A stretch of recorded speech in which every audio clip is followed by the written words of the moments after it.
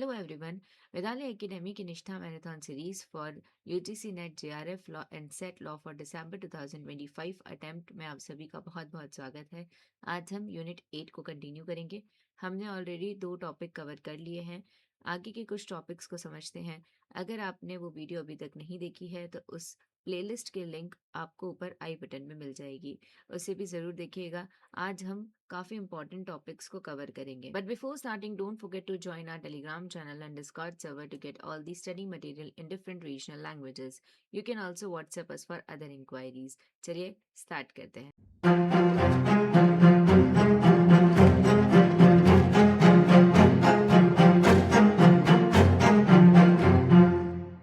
आज का हमारा सबसे पहला टॉपिक है topic number 3, constitutional and legal framework for protection of environment in India.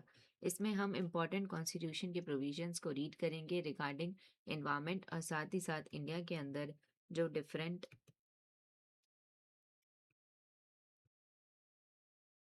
Acts हैं, पॉलिसीज हैं, रूल्स हैं एंड जो जुडिशियल अप्रोच रहा है एनवायरनमेंट के रिलेटेड कोर्ट का, उसे भी रीड करेंगे। सबसे पहले स्टार्ट करते हैं एनवायरनमेंट एंड कॉन्स्टिट्यूशन से।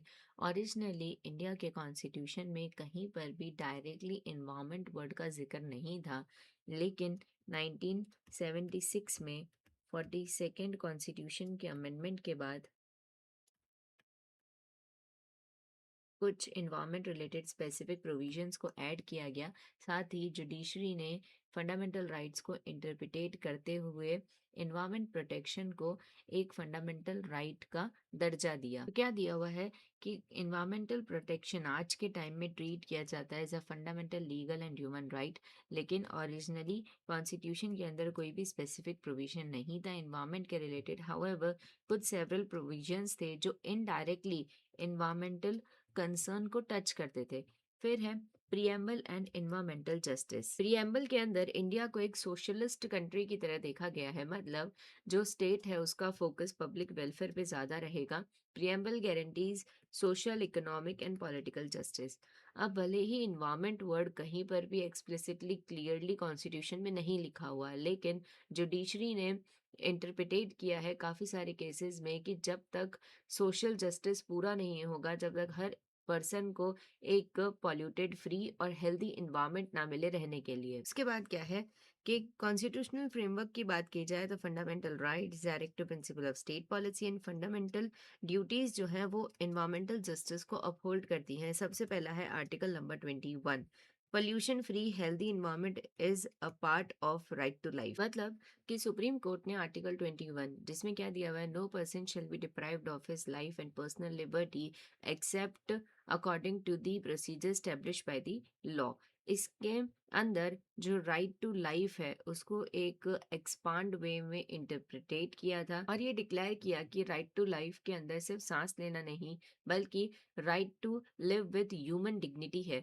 और ये जो ह्यूमन डिग्निटी के अंदर इन्वायरमेंट जो कि पोल्यूशन फ्री है और हेल्दी इन्वायरमेंट है, वो एसेंशियल पार्ट प्ले करेगा। और ये डिसीजन सुप्रीम कोर्ट ने कि राइट टू लाइफ के अंदर right to enjoy pollution free air and water include होगा, वो दिया था Subhash Kumar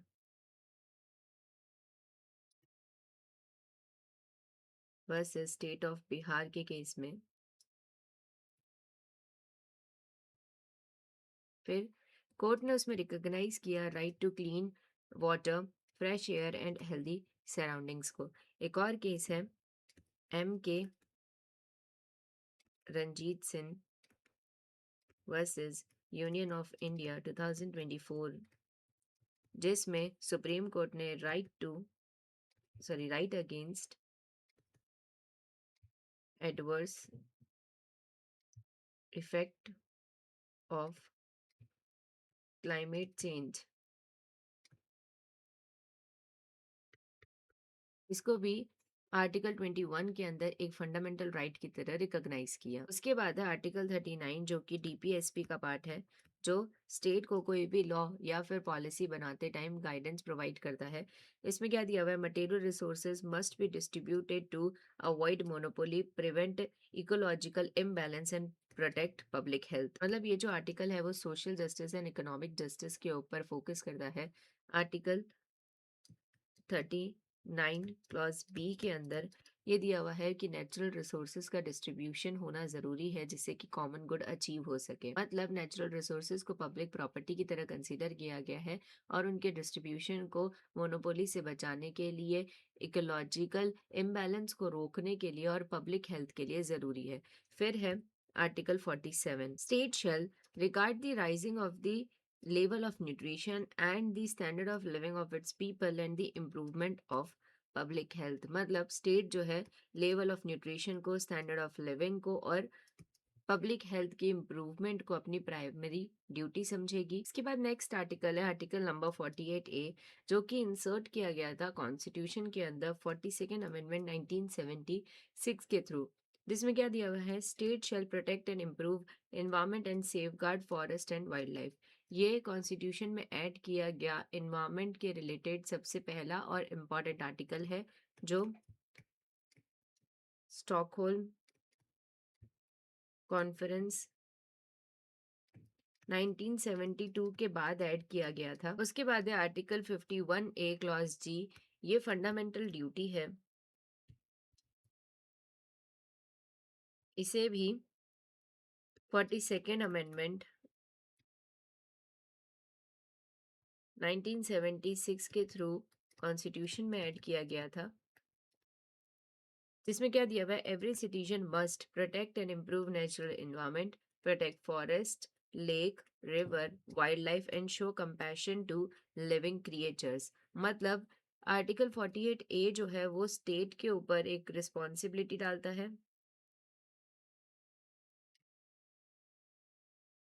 and article 51A clause जी जो है वो सिटीजन्स के ऊपर रिस्पॉन्सिबिलिटी डालता है। उसके बाद रीड करते हैं स्टैट्यूटरी लॉज को।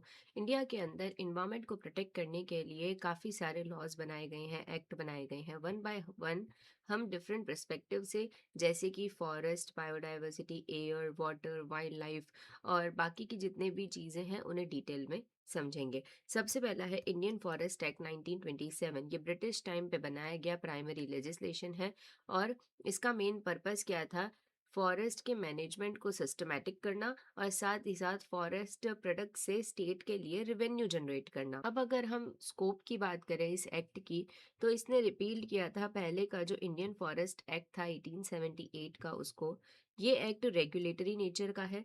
प्राइमरी फोकस है forest administration and revenue generation के ऊपर। मतलब इस एक्ट के थ्रू स्टेट गवर्नमेंट को पावर मिलती है कि वो फॉरेस्ट और फॉरेस्ट प्रोड्यूस के ऊपर अपना कंट्रोल जो है वो स्टेब्लिश कर सकती है। अब हम सबसे पहले फॉरेस्ट प्रोड्यूस की डेफिनेशन को समझते हैं। फॉरेस्ट प्रोड्यूस ये डेफिनेशन सेक्शन 2 सबसेक्शन 4 में दी हुई है। इसके अंदर दो कैटेगरी में चीज़ें डिवाइडेड हैं, कवर हैं, जिसमें सबसे पहले timber, charcoal, rubber, lakh cover है और उसके बाद various plant speed, surface oil, rock minerals, wild life and उसके रिलेटेड जो भी प्रोड्यूस ऑफ एनिमल्स होते हैं वो। फिर है टिम्बर की डेफिनेशन, जो कि सेक्शन 2 सब सेक्शन 6 के अंदर कवर है। इसके अंदर वो ट्रीज इंक्लूड होते हैं जो गिर जाते हैं, जिन्हें काट दिया जाता है या फिर जो होलोड हो जाते हैं, खोखले हो जाते हैं। उसके बाद है फॉरेस्ट ऑफेंस। इस एक्ट के अंदर ऐसा कोई भी ऑफेंस जो कि पनिशेबल है उसे कहेंगे फॉरेस्ट ऑफेंस और ये डेफिनेशन दी हुई है सेक्शन 2 सबसेक्शन 3 में। नेक्स्ट है क्लासिफिकेशन ऑफ फॉरेस्ट। एक्ट ने 3 मेन क्लासेस में फॉरेस्ट को डिवाइड किया हुआ है, जिसके बेस पे स्टेट का कंट्रोल और पब्लिक के राइट्स जो है वो अलग अलग होते हैं। सबसे पहला है रिजर्व्ड फॉरेस्ट, जो कि चैप्टर नंबर 2 में सेक्शन 3 से लेकर 27 में डिस्कस्ड है।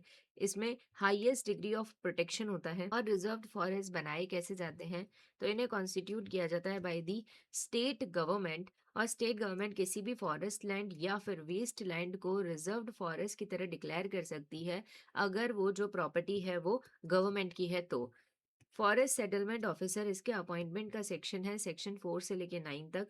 इसका पावर क्या होता है, तो फॉरेस्ट सेटलमेंट ऑफिसर के पास पावर होते हैं कि वो इंक्वायरी कर सकता है उन राइट्स में जो कि लोकल पीपल ने क्लेम किए हैं।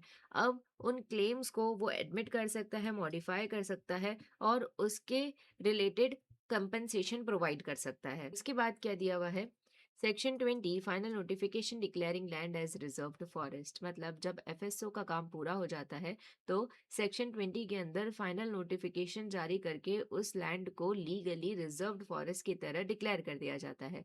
उस डिक्लेरेशन के बाद जो भी नॉर्मल लोग होंगे, लोकल लोग या फिर जो आम जनता है, उसका उस पर्टिकुलर एरिया के ऊपर से जो राइट्स है वो लगभग खत्म हो जाते हैं। फिर है विलेज फॉरेस्ट, जो कि चैप्टर नंबर 3 सेक्शन नंबर 28 में डिस्कस्ड है, जिसमें क्या दिया हुआ है, state government may assign rights over government forest land to a village community. मतलब स्टेट गवर्नमेंट जो है वो गवर्नमेंट फॉरेस्ट लैंड के ऊपर विलेज कम्युनिटी को कुछ राइट्स असाइन कर सकती है, लेकिन उन्हें मैनेज किया जाएगा under rules made by the state government. ये जो सेक्शन है उसका यूज जो लोकल कम्युनिटी को बढ़ावा देना और साथ ही साथ उनका पार्टिसिपेशन इंकरेज करने के लिए किया जाता है। नेक्स्ट है प्रोटेक्टेड फॉरेस्ट, ये थर्ड कैटेगरी है जो कि चैप्टर नंबर 4 सेक्शन 29 से लेके 34 में डिस्कस्ड है। इसमें क्या दिया हुआ है, control is exercised mainly to regulate the use of timber और अदर फॉरेस्ट प्रोड्यूस। मतलब रिजर्व्ड फॉरेस्ट के कंपैरिजन में प्रोटेक्टेड फॉरेस्ट के अंदर जो प्रोटेक्शन है वो थोड़ी लेस स्ट्रिक्ट होती है। इसमें मेनली कंट्रोल जो है वो एक्सरसाइज किया जाता है to regulate the use of timber and other forest produce. Rights जो हैं उन्हें प्रिज्यूम्ड टू एग्जिस्ट माना जाता है अनलेस एक्सप्रेसली प्रोहिबिटेड। मतलब रिजर्व्ड फॉरेस्ट के कंपैरिजन में एकदम अपोजिट, प्रोटेक्टेड फॉरेस्ट के अंदर जो लोकल लोग होते हैं उनके राइट्स को माना जाता है कि वो एग्जिस्टेंस में है जब तक गवर्नमेंट एक्सप्रेसली कुछ चीज़ों पर प्रोहिबिशन ना लगा दे। ठीक है, सेक्शन 30 में क्या दिया हुआ है, गवर्नमेंट में reserve specific tree species, regulate grazing, quarrying etcetera. फिर है prohibitions and forest offences. Reserved forest के अंदर कुछ चीज़ें स्ट्रिक्टली प्रोहिबिटेड होती हैं और वो सेक्शन 26 में ऐसे एक्ट दिए हुए हैं जो कि प्रोहिबिटेड है रिजर्व्ड फॉरेस्ट के अंदर, जैसे कि setting fire to the forest, जंगल में आग लगाना, felling, cutting, girdling, looping and injuring any tree, किसी भी पेड़ को काटना, गिराना या उसे नुकसान पहुंचाना, क्वेयरिंग स्टोन, बर्निंग लाइम और collecting forest produce, clearing or breaking up land for cultivation or any other purpose, trespassing or permitting cattle to trespass। फिर है offense related to transit, chapter number 7 section number 41। State government जो है उसके पास power होता है कि वो rules बना सकती है रेगुलेट करने के लिए ट्रांजिस्ट, मतलब मूवमेंट को of timber and other forest produce. फिर इन्फोर्समेंट एंड पेनल्टीज, सबसे पहले है section number 52 scissor of property.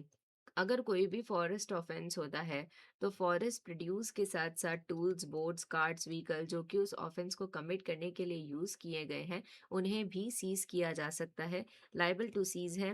फिर may be seized by forest officer या फिर पुलिस ऑफिसर। नेक्स्ट है power to arrest without warrant, section number 64। Forest या फिर पुलिस ऑफिसर जो है वो अरेस्ट कर सकता है विदाउट वारंट इफ जो पर्सन है वो रीजनेबली सस्पेक्टेड है ऑफ अ फॉरेस्ट ऑफेंस जिसकी पनिशमेंट जो है वो 1 महीने से ज्यादा इम्प्रिजनमेंट की है। उसके बाद है वाइल्ड लाइफ प्रोटेक्शन एक्ट 1972, जो इंडिया का इम्पोर्टेंट और लैंडमार्क एक इन्वायरमेंटल लेजिस्लेशन है जो किसके लिए बनाया गया है, वाइल्ड एनिमल्स, बर्ड्स और प्लांट्स को प्रोटेक्शन देने के लिए और उन्हें मैनेज करने के लिए। अब इस एक्ट को अच्छे से इम्प्लीमेंट करने के लिए काफी सारी अथॉरिटीज और बॉडीज को क्रिएट किया गया। जैसे की अथॉरिटीज एंड बॉडीज कौन सी इस एक्ट के अंदर, सबसे पहले national board for wild life जो कि सेक्शन 5A में डिस्कस की हुई है। ये एपेक्स एडवाइजरी बॉडी है इस एक्ट के अंदर जिसे चेयर करते हैं प्राइम मिनिस्टर। इसका काम क्या है, national wild life policy and wild life related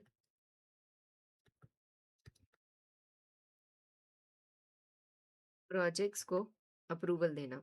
उसके बाद सेकंड है state board for wild life जो कि सेक्शन नंबर 6 में डिस्कस्ड है। ये स्टेट लेवल पर एडवाइजरी बॉडी है जिसे चेयर करते हैं चीफ मिनिस्टर। इसका काम क्या है, स्टेट के अंदर जो वाइल्ड लाइफ सेंचुरीज हैं, नेशनल पार्क्स हैं, उसके मैनेजमेंट के लिए स्टेट को एडवाइस देना। फिर चीफ वाइल्ड लाइफ वार्डन। हर एक स्टेट और यूनियन टेरिटरी के अंदर वाइल्ड लाइफ एडमिनिस्ट्रेशन का एक हेड होता है, जिसका काम होता है जो भी प्रोटेक्टेड एरिया है उसका डिक्लेरेशन करना, हंटिंग की एक्सेप्शंस प्रोवाइड करना एंड साथ ही साथ एक्ट को इन्फोर्स करवाना। इसके बाद फोर्थ अथॉरिटी है नेशनल टाइगर कंजर्वेशन अथॉरिटी, जो कि सेक्शन नंबर 38L में डिस्कस किया हुआ है। इस अथॉरिटी को 2006 में जब इस एक्ट के अंदर अमेंडमेंट हुए थे उसके बाद बनाया गया। इसका काम क्या है, प्रोजेक्ट टाइगर और टाइगर रिजर्व्स को सुपरवाइज करना। फिर है सेंट्रल जू अथॉरिटी, जो सेक्शन नंबर 38A में दी हुई है। अब ये अथॉरिटी रेगुलेट करती है और ओवरसी करती है जितने भी जू हैं इंडिया के अंदर उन्हें, और उन्हें रिकॉग्नाइज करती है साइंटिफिक और जो ह्यूमन एक स्टैंडर्ड्स हैं उनके बेसिस पे। अब जो नेक्स्ट डिस्कस करना है वो है शेड्यूल्स। शेड्यूल्स जो है वो इस एक्ट का इंपॉर्टेंट पार्ट है। तो वाइल्ड लाइफ प्रोटेक्शन एक्ट के अंदर वाइल्ड एनिमल्स और प्लांट्स को उनके प्रोटेक्शन के लेवल पर डिफरेंट शेड्यूल्स में क्लासिफाई कर दिया गया है। अभी हम जो रीड करने वाले हैं वो 2022 के अंदर जो इस एक्ट में अमेंडमेंट आया है उससे पहले के शेड्यूल्स हैं, जब टोटल 6 शेड्यूल्स हुआ करते थे। पहला शेड्यूल है एब्सोल्यूट प्रोटेक्शन, मतलब जिसमें हाईएस्ट लेवल ऑफ प्रोटेक्शन मिलती है। हंटिंग जो है टोटली प्रोहिबिटेड है और हाईएस्ट पेनल्टीज लगती हैं। कौन से एनिमल्स इसमें इंक्लूड होंगे? Example tiger, lion, rhino, snow leopard and blackbuck. फिर है शेड्यूल 2, जिसमें high level of protection provide की जाती है। हंटिंग जो है जनरली प्रोहिबिटेड होती है लेकिन ट्रेड जो है वो प्रोहिबिटेड होता है। एग्जाम्पल्स एसमीज, मैकैक, इंडियन कोबरा और हिमालयन ब्लैक बियर। फिर है शेड्यूल 3 एंड 4, इसके अंदर प्रोटेक्टेड स्पीसीज आते हैं। इसमें हंटिंग जो है वो प्रोहिबिटेड है, लेसर पेनल्टी होती है comparing to schedule 1 and 2। For example spotted deer, hyena, flamingo और हेयर्स। फिर है शेड्यूल नंबर 5, वर्मिन। वर्मिन का क्या मतलब होता है? ऐसे छोटे वाइल्ड एनिमल्स जो कि डिसीज को कैरी करते हैं और प्लांट्स और फूड्स को डिस्ट्रॉय करते हैं। ये ऐसे एनिमल्स हैं जिन्हें लीगली हंट किया जा सकता है एज पर declaration by central government under section 62। For example common crow, fruit bats, rats या फिर माइस। नेक्स्ट है शेड्यूल नंबर 6, प्रोटेक्टेड प्लांट्स, जिसके अंदर cultivation and trade of specific plants without licence जो है वो रेगुलेटेड या फिर प्रोहिबिटेड है। For example Beddome, cycad, blue vanda and pitcher plant. अब है प्रोटेक्टेड एरियाज। तो वाइल्ड लाइफ प्रोटेक्शन एक्ट ने वाइल्ड लाइफ को प्रोटेक्ट करने के लिए एक्ट के अंदर 5 प्रोटेक्टेड एरियाज को डिफाइन किया हुआ है। सबसे पहला है वाइल्ड लाइफ सेंचुरी, जो कि सेक्शन 18 के अंदर डिफाइन है। इसे डिक्लेयर किया जाता है बाय द स्टेट गवर्नमेंट। इसमें लिमिटेड ह्यूमन एक्टिविटी अलाउ होती है, वो भी ऐसी एक्टिविटी होनी चाहिए जो कि वाइल्ड लाइफ को अफेक्ट ना करे। प्रोटेक्शन अगेंस्ट हंटिंग, हंटिंग जो है वो प्रोहिबिटेड होती है एंड रेगुलेटेड एंट्री होती है वाइल्ड लाइफ सेंचुरी के अंदर। इसके बाद है नेशनल पार्क्स, जो कि सेक्शन नंबर 35 में डिस्कस किया हुआ है। इसे भी डिक्लेयर किया जाता है बाय द स्टेट गवर्नमेंट। इसमें हाईएस्ट प्रोटेक्शन लेवल होगा, मतलब हंटिंग और बाकी सारी ह्यूमन एक्टिविटीज प्रोहिबिटेड होती है। अब इम्पॉर्टेंट बात यह है कि सेंचुरी को कभी भी नेशनल पार्क की तरह डिक्लेयर किया जा सकता है, लेकिन किसी भी नेशनल पार्क को सेंचुरी में डाउनग्रेड नहीं किया जा सकता। फिर है प्रोटेक्टेड एरियाज कम्युनिटी फोकस। इसमें सबसे पहला है कंजर्वेशन रिजर्व, मतलब प्रोटेक्टेड एरिया के आसपास के यानी कि एडजेसेंट या फिर उन्हें कनेक्ट करने वाला जो एरिया होता है उसे कंजर्वेशन रिजर्व कहा जाता है। अब इसमें इंपॉर्टेंट पॉइंट क्या है कि इसके अंदर लोकल कम्युनिटीज को इन्वॉल्व किया जाता है, मतलब स्टेट गवर्नमेंट जो है लोकल कम्युनिटी के साथ कंसल्ट करने के बाद किसी एरिया को कंजर्वेशन रिजर्व की तरह डिक्लेयर करती है। फिर है कम्युनिटी रिजर्व, मतलब वो प्राइवेट या कम्युनिटी लैंड जो कि वॉलेंटरीली अपनी मर्जी से ऑफर की जाती है कंजर्वेशन के लिए। इसे मैनेज कौन करता है? Community reserve management committee. Next है टाइगर रिजर्व। अब ये कोई सेपरेट तरीके का प्रोटेक्टेड एरिया नहीं है, बल्कि नेशनल पार्क या सेंचुरी का ही एरिया होता है जिसे डेजिग्नेट कर दिया जाता है टाइगर कंजर्वेशन के लिए। और ये एरिया जो है डिक्लेयर कौन करेगा? सेंट्रल या फिर state government based on NTCA recommendation. NTCA मतलब नेशनल टाइगर कंजर्वेशन अथॉरिटी। अब डिस्कस करते हैं प्रोहिबिशंस एंड ओनरशिप के बारे में। सबसे पहले दिया हुआ है prohibition of hunting, section number 9। इसके अंदर जनरल रूल क्या होता है कि सेक्शन 1 से लेके 4 में जो एनिमल्स दिए हुए हैं उनका हंट करना स्ट्रिक्टली प्रोहिबिटेड है। लेकिन सेक्शन 11 में कुछ एक्सेप्शंस हैं, जिसके अंदर चीफ वाइल्ड लाइफ वार्डन जो है वो हंटिंग की परमिशन दे सकती है। और वो भी ऐसी दो ही सिचुएशंस है। सबसे पहला कि वो जो एनिमल है वो किसी भी तरीके से ह्यूमन लाइफ या प्रॉपर्टी के लिए थ्रेट हो। दूसरा, वो जो एनिमल है वो बीमार है या फिर किसी भी बीमारी से रिकवर करना पॉसिबल नहीं होगा।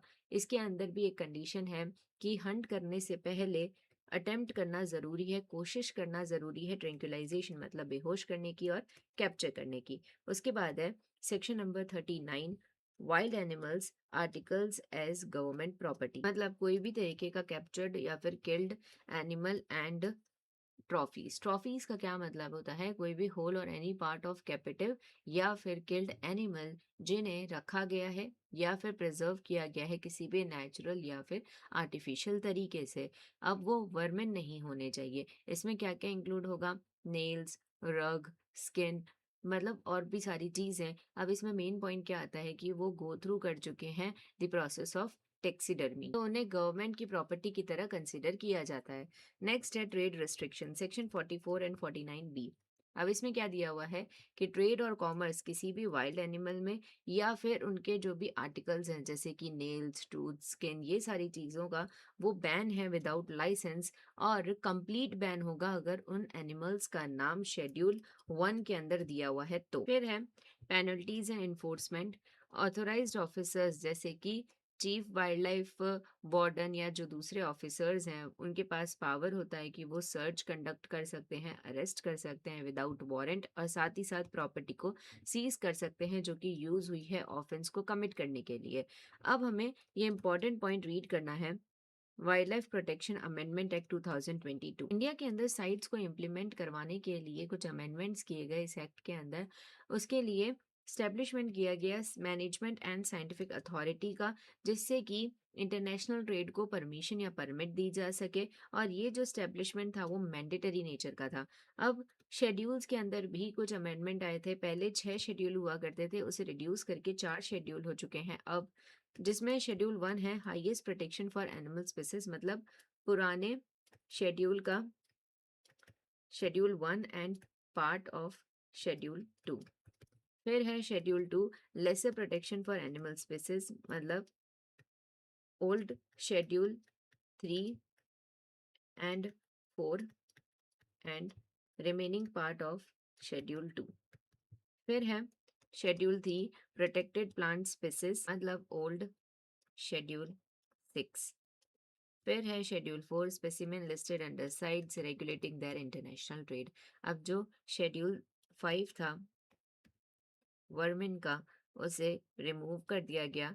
और सेक्शन 62 के अंदर सेंट्रल गवर्नमेंट के पास पावर है कि वो किसी एनिमल को वर्मिन की तरह डिक्लेयर कर सकती है।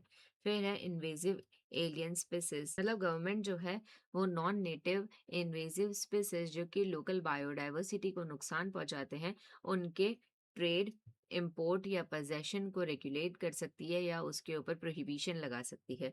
फिर इस अमेंडमेंट के अंदर जो जनरल वायलेशंस की पेनल्टीज थी उन्हें भी इंक्रीज किया गया।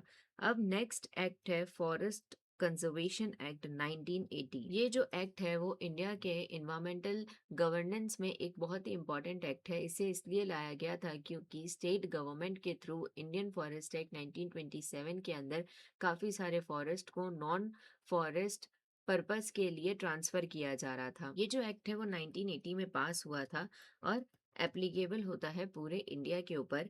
ये एक्ट रेगुलेटरी एक्ट है, मतलब किसी भी तरीके का प्रोहिबिशन नहीं लगाता बल्कि स्टेट गवर्नमेंट के पावर्स को कंट्रोल में रखता है, जिससे कि किसी भी फॉरेस्ट लैंड का यूज बिना सेंट्रल गवर्नमेंट के परमिशन के ना हो सके।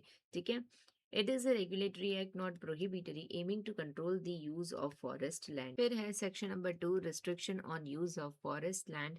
ये जो सेक्शन है वो इस एक्ट का कोर बेसिस है, जिसमें क्या दिया हुआ है, सेक्शन 2 जो है वो इम्पोज करता है स्ट्रिक्ट रिस्ट्रिक्शंस स्टेट गवर्नमेंट और दूसरी अथॉरिटीज के ऊपर।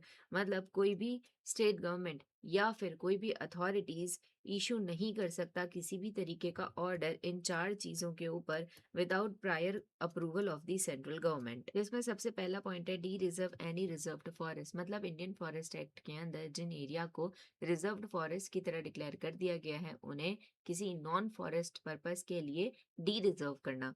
फिर अलाउ करना फॉरेस्ट लैंड को to be used for non forest purpose, या फिर लीस्ट पे देना फॉरेस्ट लैंड को टू प्राइवेट पर्सन या एजेंसी, या फिर परमिट करना clearing of naturally grown trees for the purpose of reafforestation. अब जो ये नॉन फॉरेस्ट पर्पस हमने रीड किया उसकी डेफिनेशन क्या है, तो ब्रेक करना या क्लियर करना किसी भी फॉरेस्ट लैंड को for any purpose other than reafforestation. इसके अंदर स्पेसिफिकली इंक्लूड है activities like cultivation of tea, coffee, species, rubber and other plantation. मतलब ये जो इंक्लूजन है वो इसलिए इतना ज़रूरी है क्योंकि ये शो करता है कि कमर्शियल प्लांटेशन को फॉरेस्ट का डेवलपमेंट कंसिडर नहीं किया गया है बल्कि उसका डिस्ट्रक्शन माना गया है और उसके लिए सेंट्रल गवर्नमेंट के अप्रूवल की ज़रूरत होती है।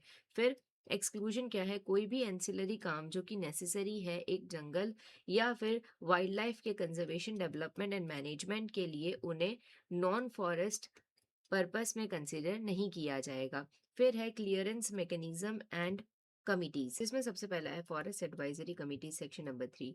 सेंट्रल गवर्नमेंट के पास पावर होती है कि वो एक एडवाइजरी कमिटी को कॉन्स्टिट्यूट कर सकते हैं। इस कमिटी का काम क्या होगा, जो फॉरेस्ट लैंड डाइवर्जन की प्रपोजल्स हैं उन्हें रिव्यू करना और उसे एक्सेप्ट या फिर ना एक्सेप्ट करने के लिए सेंट्रल गवर्नमेंट को रिकमेंडेशन देना। फिर की प्रोसीजरल रिक्वायरमेंट क्या है, project proposing to divert forest land जो है वो सबमिट किया जाएगा through state government to ministry of environment, forest and climate change. फिर है the proposal undergoes a rigorous two stage clearance process, stage 1 in principle approval and stage 2 final approval based on FAC recommendations. मतलब जो ये stage 1 in principle approval है उसमें FAC के recommendations के ऊपर सेंट्रल गवर्नमेंट जो है इनिशियल अप्रूवल दे देता है प्रपोजल को, और कंपेंसेटरी अफॉरेस्ट्रेशन एंड एनपीवी मतलब नेट प्रेजेंट वैल्यू जैसे कंडीशंस को अप्लाई किया जाता है। फिर है स्टेज 2 फाइनल अप्रूवल। इस स्टेज के अंदर जब यूजर एजेंसी फर्स्ट स्टेज के सारे कंडीशंस को फुलफिल कर देता है तो सेंट्रल गवर्नमेंट जो है वो फाइनल अप्रूवल दे देती है और फॉरेस्ट लैंड जो है वो डाइवर्ट हो जाती है।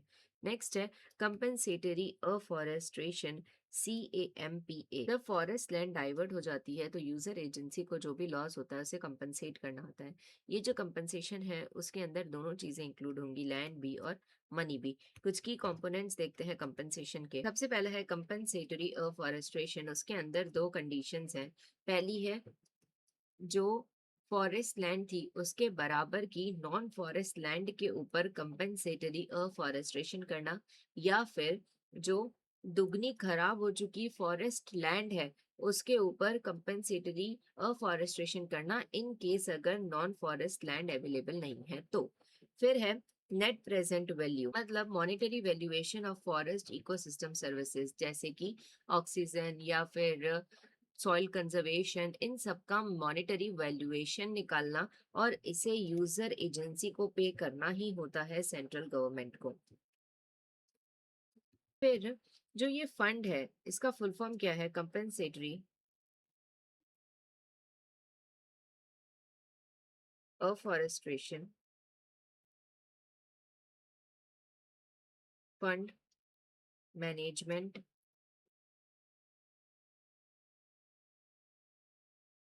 And planning authority.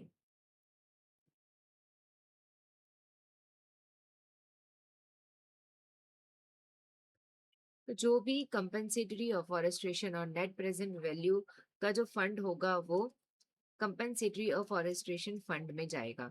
Next enforcement and penalties. Penalty provision जो है सेक्शन 3A में दिया हुआ है कि पनिशेबल होगा with simple imprisonment which may extend to 15 days. Next read करेंगे फॉरेस्ट कंजर्वेशन अमेंडमेंट एक्ट 2023। ये एक इम्पॉर्टेंट अमेंडमेंट है बिकॉज इसमें सबसे बड़ा अमेंडमेंट तो इसका नाम ही है, क्योंकि पहले फॉरेस्ट कंजर्वेशन एक्ट 1980 ये नाम हुआ करता था एक्ट का, बट 2023 के इस अमेंडमेंट के बाद इस एक्ट का नाम है वन संरक्षण एवं संवर्धन अधिनियम 1980।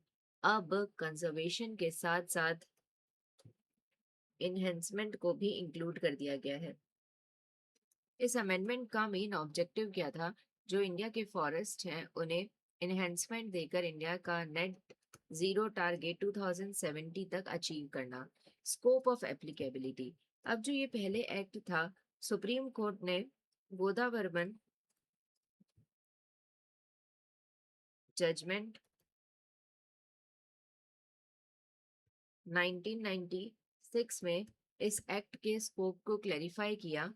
ये सिर्फ और सिर्फ अब इस पे ही अप्लाई होगा जो ये दो चीजें दी हुई हैं, मतलब लैंड जो कि ऑफिशियली नोटिफाइड है as forest under Indian forest act 1927, और साथ ही साथ ऐसी लैंड जो कि रिकॉर्डेड है as forest in government record as of 25 October 1980। Major exclusion क्या है? ऐसी लैंड जिन्हें नॉन फॉरेस्ट यूज के लिए कन्वर्ट कर दिया गया था 12 दिसंबर 1996 से पहले, उसे इस एक्ट में एग्जम्प्ट कर दिया गया है।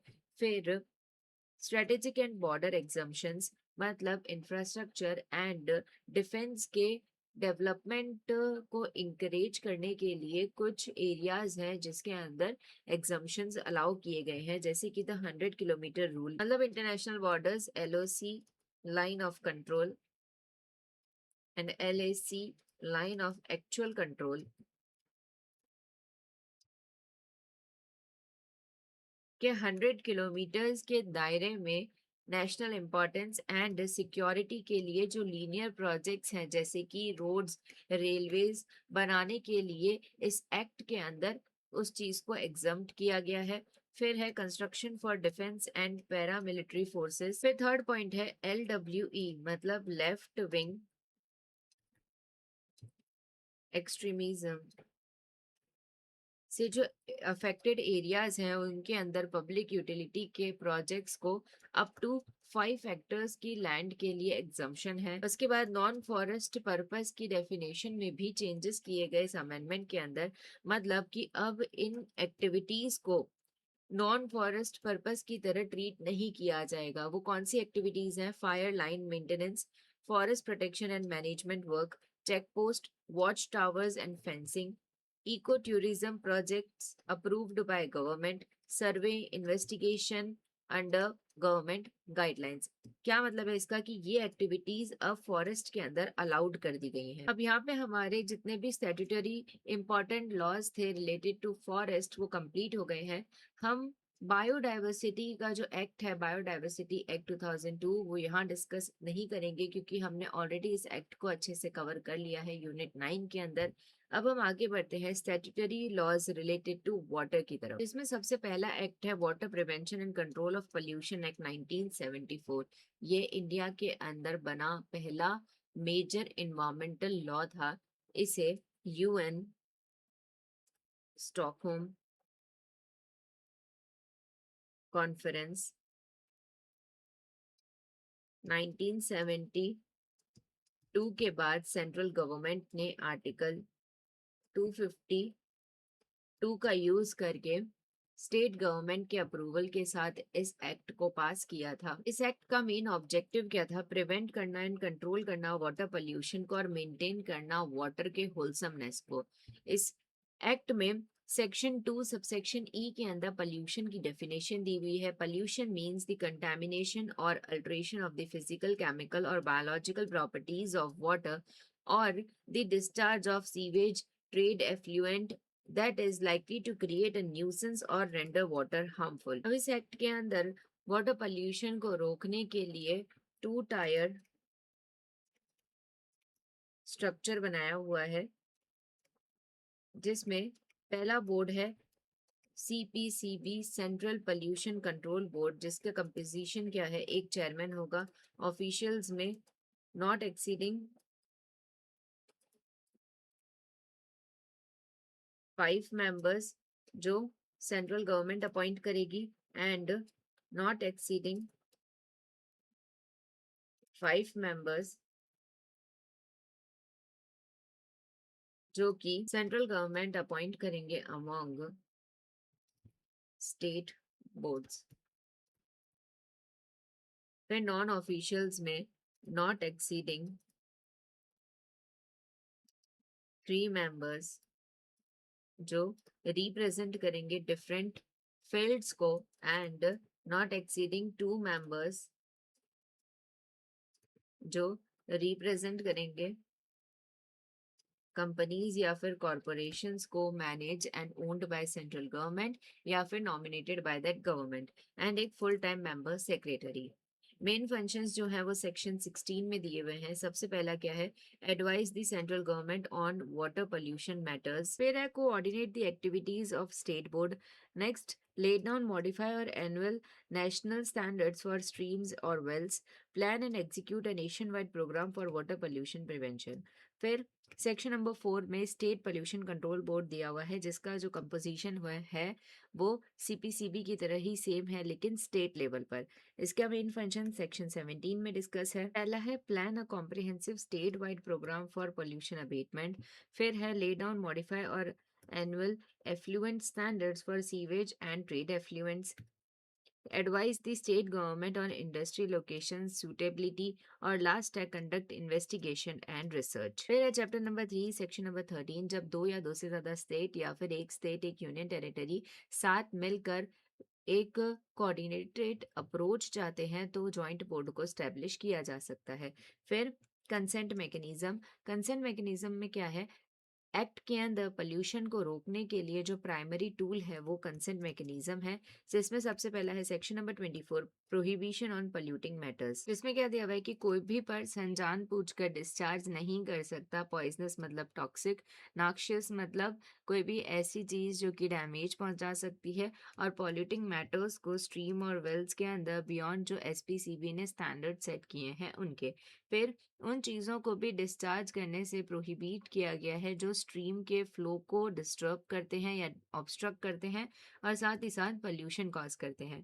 फिर restriction on new outlets and discharge section number 25, जिसमें क्या दिया है, कोई भी पर्सन स्टैब्लिश नहीं कर सकता किसी इंडस्ट्री को, या कोई भी नया प्रोसेस स्टार्ट नहीं कर सकता, या किसी न्यू आउटलेट को यूज में नहीं ला सकता फॉर डिस्चार्ज ऑफ सीवेज और trade effluents without prior consent of the SPCB. ये जो कंसेंट है वो कंसेंट टू ऑपरेट मतलब CTO, and consent to establish मतलब सीटीई, इन दो फॉर्म्स में दी जाती है। फिर है provision for existing discharges section number 26, मतलब जिन इंडस्ट्रीज के अंदर ये एक्ट अप्लाई होने से पहले भी डिस्चार्ज किया जाता था, उन इंडस्ट्रीज को भी एसपीसीबी से कंसेंट लेना ज़रूरी है। उन्हें एक प्रिस्क्राइब टाइम दिया जाता है कंसेंट के लिए अप्लाई करने के लिए। फिर अपील है सेक्शन नंबर 27 एंड 28 के अंदर। एसपीसीबी जो है वो कंसेंट देने से मना कर सकता है, या फिर डिले कर सकता है, या फिर ग्रांट कर सकता है। कोई भी केस हो, अगर एप्लीकेंट जो है वो अगर सेटिस्फाई नहीं है एसपीसीबी के डिसीजन से, तो अपील जो है वो किसके सामने होगी, before state appellate authority. Next, powers of the SPCB section number 20, seek information from any person discharging sewage or effluent। वो किसी भी पर्सन से इंफॉर्मेशन सीख कर सकता है जो पर्सन डिस्चार्ज कर रहे हैं सीवेज या एफ्लुएंट्स को। सेक्शन नंबर 21-22 कलेक्ट कर सकता है samples of water and samples of effluents for analyse with mandatory procedural compliance. Next है section 23, right to entry and inspection of premises, plants और इक्विपमेंट्स। अब है पेनल्टीज एंड एनफोर्समेंट। तो सबसे पहले है सेक्शन नंबर 41 में failure to comply with consent and direction. अगर कोई भी पर्सन कंसेंट और डायरेक्शन को कंप्लाई करने से फेल हो जाता है तो इम्प्रिजनमेंट हो सकती है for a minimum of 1 year and 6 months up to 6 year and fine. फिर penalty for certain act section number 42 punishable with imprisonment up to 3 months और a fine up to 10,000 or both। Penalty for contravention of section number 24 punishable with imprisonment for a minimum of 1 year and 6 months up to 6 year and fine। फिर है national water policy 2002 India के अंदर Indian government ने जो water resources हैं उन्हें distribute करने के लिए, मैनेज करने के लिए और यूटिलाइज करने के लिए एक की डॉक्यूमेंट को अडॉप्ट किया था जिसका नाम है नेशनल वाटर पॉलिसी। इस पॉलिसी ने 1987 की जो नेशनल वाटर पॉलिसी थी उसे रिप्लेस किया। इसे अडॉप्ट किया गया था 2002 के अंदर by national water resource council और इसकी मिनिस्ट्री क्या है? मिनिस्ट्री ऑफ वाटर रिसोर्स, जिसका नया नाम है मिनिस्ट्री ऑफ जल शक्ति। इसका मेन एम क्या था कि कंट्री के अंदर जो पानी की स्कैर्सिटी है, फ्लड कंट्रोल है या फिर जो वाटर रिसोर्सेज हैं, उनका सस्टेनेबल डेवलपमेंट करवाने के लिए एक integrated and scientific approach provide करना। फिर है वाटर एलोकेशन प्रायोरिटीज। इस पॉलिसी के अंदर state government and central government को वाटर प्लानिंग के लिए, प्रोजेक्ट क्लियरेंस के लिए एंड रिसोर्सेज के ऑपरेशन के लिए एक डिफाइंड ऑर्डर दिया हुआ है। ये काफ़ी इम्पोर्टेंट है, जिसमें सबसे पहला क्या है? ड्रिंकिंग वाटर, जो कि हाईएस्ट प्रायोरिटी का है। फिर irrigation, hydro power, ecology, agro industries and non agriculture industries and navigation and other uses. इस पॉलिसी के अंदर वाटर रिसोर्स मैनेजमेंट को सुधारने के लिए कुछ नए इंस्टीट्यूशंस को भी सजेस्ट किया गया था, जिसमें सबसे पहला है रिवर बेसिन ऑर्गेनाइजेशन। इसका मेन एम क्या था? मैनेज करना वाटर रिसोर्सेज को हॉलिस्टिकली, मतलब completely at the river basin level. Function क्या है? Basin wide planning, conflict resolution and sustainable management. एक और एम क्या था? इंटर स्टेट लेवल पर जो रिवर डिस्प्यूट्स होते हैं उन्हें कम करना। ठीक है। नेक्स्ट है इंटर बेसिन ट्रांसफर्स, मतलब वाटर सरप्लस एरियाज में से पानी को वाटर डिफिसिट रीजन में ट्रांसफर किया जा सके। इंक्लूड करता है इसके अंदर रिवर इंटरलिंकिंग प्रोजेक्ट को। फिर डेटा इंफॉर्मेशन सिस्टम, प्लानिंग के लिए या फिर किसी भी डिसीजन मेकिंग के लिए डेटा की ज़रूरत होती है, तो एक स्टैंडर्डाइज नेशनल इंफॉर्मेशन सिस्टम को स्टैब्लिश करना ज़रूरी है। फिर पार्टिसिपेटरी अप्रोच, ये जो नेशनल वाटर पॉलिसी है उसने गवर्नमेंट के कंट्रोल को कम करके पार्टिसिपेशन का जो एक अप्रोच है उसे ज़्यादा इंकरेज किया, जिसमें सबसे पहला पॉइंट क्या है? पार्टिसिपेटरी इरिगेशन मैनेजमेंट, मतलब इरिगेशन की प्लानिंग एंड मैनेजमेंट में जो स्टेक होल्डर्स हैं जैसे कि किसान हैं उनका एक्टिव इन्वॉल्वमेंट इंश्योर करना।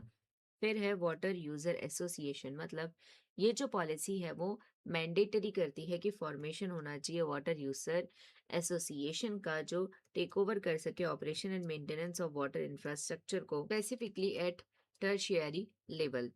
अब है नेशनल वाटर पॉलिसी 2012। इसने रिप्लेस किया नेशनल वाटर पॉलिसी 2002 को। इसकी कोर फिलोसॉफी क्या थी? कि वाटर एक इकोनॉमिक गुड है एंड साथ ही साथ एक नेशनल रिसोर्स है। गाइडिंग प्रिंसिपल क्या है? इंटीग्रेटेड वाटर रिसोर्स मैनेजमेंट, मतलब हमें सरफेस वाटर और ग्राउंड वाटर को अलग अलग नहीं बल्कि साथ में ही मैनेज करना चाहिए। फिर वाटर एलोकेशन प्रायोरिटीज, क्या प्रायोरिटीज हैं? सबसे पहले ड्रिंकिंग वाटर एंड सैनिटाइजेशन, ये हाईएस्ट प्रायोरिटी का है। इरिगेशन, जो इंश्योर करता है फूड सिक्योरिटी को। हाइड्रो पावर, जिससे कि सस्टेनेबल एनर्जी इंश्योर होती है। इकोलॉजिकल नीड्स, जो मेंटेन करता है रिवर फ्लो को और ई फ्लो को। Agro industries, non agriculture industries, navigation and other uses. इस पॉलिसी के अंदर भी कई नए इंस्टीट्यूशंस को सजेस्ट किया गया था। नेशनल वाटर फ्रेमवर्क बिल को, जो वाटर रिसोर्स मैनेजमेंट को लीगल एंटिटी प्रोवाइड करने के लिए रखा गया। फिर प्रपोज किया गया formation of national water commission, मतलब वाटर रिलेटेड इश्यूज पे कोऑर्डिनेशन एंड रिकमेंडेशन के लिए एक मल्टी सेक्टरल बॉडी को बनाया गया। क्रिएट किया गया नेशनल वाटर इंफॉर्मेटिक सेंटर्स को for a centralised standardised water resource data system. फिर ये जो पॉलिसी है उसके अंदर कुछ की स्टेप्स या फिर रिफॉर्म्स थे, जैसे कि वाटर प्राइसिंग, मतलब टैरिफ कम से कम इतना होना चाहिए कि उसके अंदर ऑपरेशन एंड मेंटेनेंस का कॉस्ट जो है वो कवर हो सके। प्रमोट किया गया माइक्रो इरिगेशन को। मैंडेटरी किया गया water audits for industries and large urban users. Promote water footprint assessment for crops and industrial products, मतलब इससे ये पता चलता है कि एक प्रोडक्ट बनाने में कितना पानी यूज होता है। Water planning must integrate climate impact जैसे कि फ्लड, ड्रॉट या फिर सैलिनिटी। नेक्स्ट रीड करेंगे statutory laws related to air and noise. Air prevention and control of pollution act 1981। ये इंडिया के अंदर एयर में जो पोल्यूशन होता है उसे प्रिवेंट और कंट्रोल करने के लिए बनाया गया एक स्पेशल लेजिस्लेशन है जो वाटर एक्ट 1974 के बाद बना था और उसने पोल्यूशन कंट्रोल बोर्ड्स को एयर पोल्यूशन से भी डील करने के लिए पावर्स दिए थे। ये एक्ट का ऑब्जेक्टिव क्या था? To provide for the prevention control and abatement of air pollution. कुछ की डेफिनेशंस को रीड करते हैं जिसमें सबसे पहला है air pollutant. Section number 2 sub section A में दी हुई है कोई भी सॉलिड, लिक्विड या गैशियस सब्सटेंस, ठीक है, जो कि एनवायरमेंट को नुकसान पहुंचा रहा है, इसके अंदर नॉइज भी इंक्लूड होगा। अब ये जो नॉइज है उसे इंट्रोड्यूस किया गया था 1987 के अमेंडमेंट के अंदर और ये की फीचर है इस एक्ट का। फिर एयर पोल्यूशन की definition section number 2 subsection B में दी हुई है। किसी भी तरीके का एयर पॉल्यूटेंट जब हवा में एटमॉस्फेयर में प्रेजेंट होता है तो उसे एयर पोल्यूशन कहते हैं। फिर एमिशन सेक्शन नंबर 2 सबसेक्शन ई, सब्सटेंस जो कि चिमनी, डक्ट या फिर इंडस्ट्रियल आउटलेट्स में से बाहर आ रहा है उसे एमिशन कहते हैं। फिर central and state pollution control boards, ये जो एक्ट था एयर एक्ट, उसके अंदर कोई भी नया बोर्ड स्टेब्लिश नहीं किया गया था, बल्कि जो वाटर एक्ट के अंदर बोर्ड स्टैब्लिश हुए थे उन्हीं को ही एक्स्ट्रा पावर अलॉट कर दी गई थी। ठीक है। सीपीसीबी जो कि स्टैब्लिश हुआ था वाटर एक्ट 1974 के अंदर, उन्हें एम्पावर किया गया to function under the air act. Main function जो है वो सेक्शन 16 में दिए हुए हैं। Advice to the central government, coordinate करते हैं with the activities of SPCB और ले डाउन करते हैं national standards for air quality को। फिर है एसपीसीबी जो कि स्टैब्लिश की जाती है by the respective state government. Main function section number 17, plan करते हैं comprehensive programmes for air pollution control, advice करते हैं स्टेट गवर्नमेंट को, कलेक्ट करते हैं, डिसएमिनेट करते हैं इंफॉर्मेशन को, inspect industrial plants, lay down very और annual emission standards for industries within the state subject to CPCB standards। फिर पॉइंट है powers of the state board. State board के पास क्या पावर्स होती हैं? तो सबसे पहला है declaration of air pollution control area, section number 19। State government जो है वो एसपीसीबी के साथ कंसल्ट करने के बाद किसी भी एरिया को एयर पोल्यूशन कंट्रोल एरिया की तरह नोटिफाई कर सकता है और प्रोहिबिट कर सकता है यूज ऑफ सर्टेन फ्यूल्स और अप्लायंसेस को उस एरिया के अंदर। अब है कंसेंट मैकेनिज्म, सेक्शन नंबर 21। किसी भी इंडस्ट्री को स्टैब्लिश या ऑपरेट नहीं किया जा सकता एयर पोल्यूशन कंट्रोल एरिया के अंदर बिना प्रायर कंसेंट ऑफ एसपीसीबी। और अगर कोई भी एग्जिस्टिंग प्लांट है तो उसके लिए जो कंसेंट है वो जनरली 1 साल के लिए वैलिड होता है, और अगर कोई न्यू ऑपरेशन है तो उनके लिए जो कंसेंट है वो लॉन्गर पीरियड के लिए, जो कि अप टू 5 इयर्स तक के लिए वैलिड हो सकता है। फिर एसपीसीबी का जो भी ऑफिसर होगा वो इंस्पेक्ट कर सकता है प्रेमाइसिस को किसी भी रीजनेबल टाइम पर।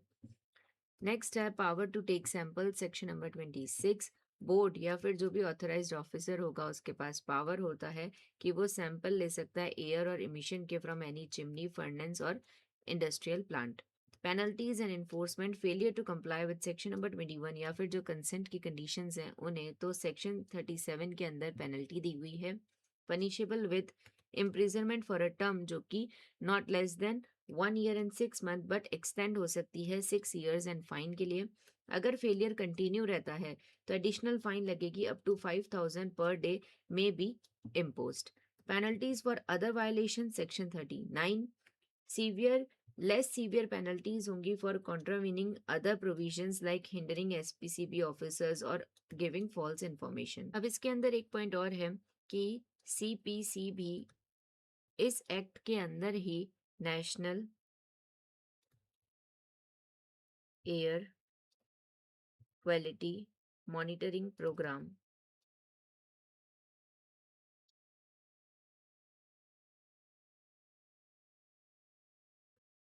इसे ऑपरेट करता है, जिसमें पूरे इंडिया के अंदर जो एयर की क्वालिटी है उसे मॉनिटर किया जाता है और साथ ही साथ national ambient air quality standards,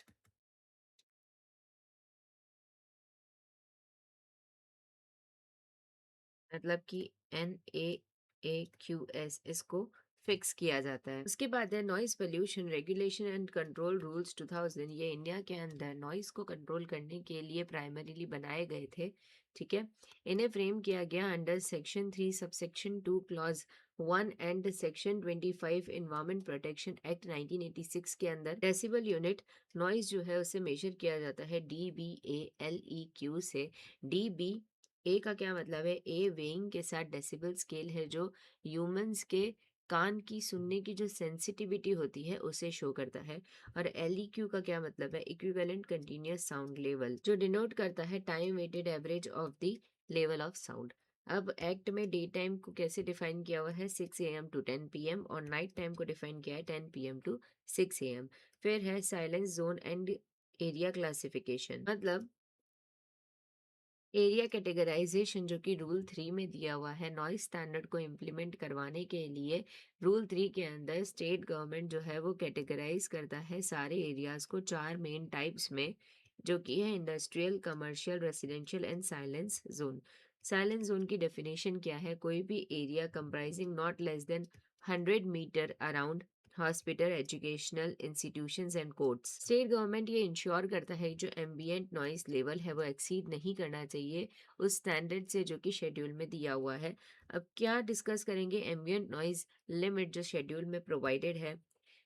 area code A, category of area zone, मतलब इंडस्ट्रियल एरिया की बात की जाए तो लिमिट कितनी है? डे टाइम में 75 और नाइट टाइम में 70। Area code B, commercial area में डे टाइम में 65 और नाइट टाइम में 55। C area code residential area, day time में 55 लिमिट है और नाइट टाइम में 45। और एरिया कोड डी के अंदर साइलेंस जोन है अगर, तो डे टाइम में 50 लिमिट है और नाइट टाइम में 40। मतलब जैसे जैसे एरिया की सेंसिटिविटी बढ़ती है वैसे वैसे नॉइज लिमिट जो है वो कम हो जाती है। फिर restriction on loud speakers and public address system, rule number 5। Mandatory permission, कोई भी पर्सन यूज नहीं कर सकता लाउड स्पीकर या पब्लिक एड्रेस सिस्टम को without prior permission from the designated authority. Night time prohibition, loud speaker use करना strictly prohibited है at night, मतलब 10 बजे से लेके 6 बजे तक। उसके बाद है स्टेट गवर्नमेंट जो है वो परमिशन दे सकता है यूज ड्यूरिंग नाइट आवर्स, मतलब 10 बजे से रात के लेके 12 बजे तक, रात में मिड नाइट, ऑन और ड्यूरिंग एनी कल्चरल या फिर रिलीजियस फेस्टिवल ओकेशन। और ये जो रिलैक्सेशन है वो मैक्सिमम एक कैलेंडर ईयर में 15 दिन के लिए ही मिल सकता है।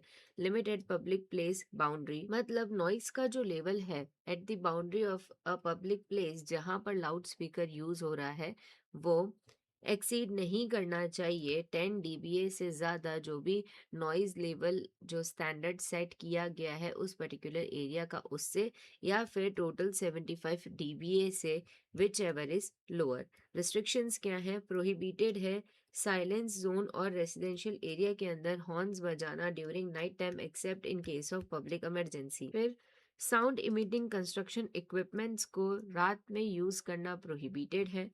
Bursting of sound emitting fire crackers जो है वो भी प्रोहिबिटेड है इन साइलेंट जोन और during night time in residential area. Enforcement authority के बारे में रूल 4 में दिया हुआ है। अथॉरिटी कौन होगा?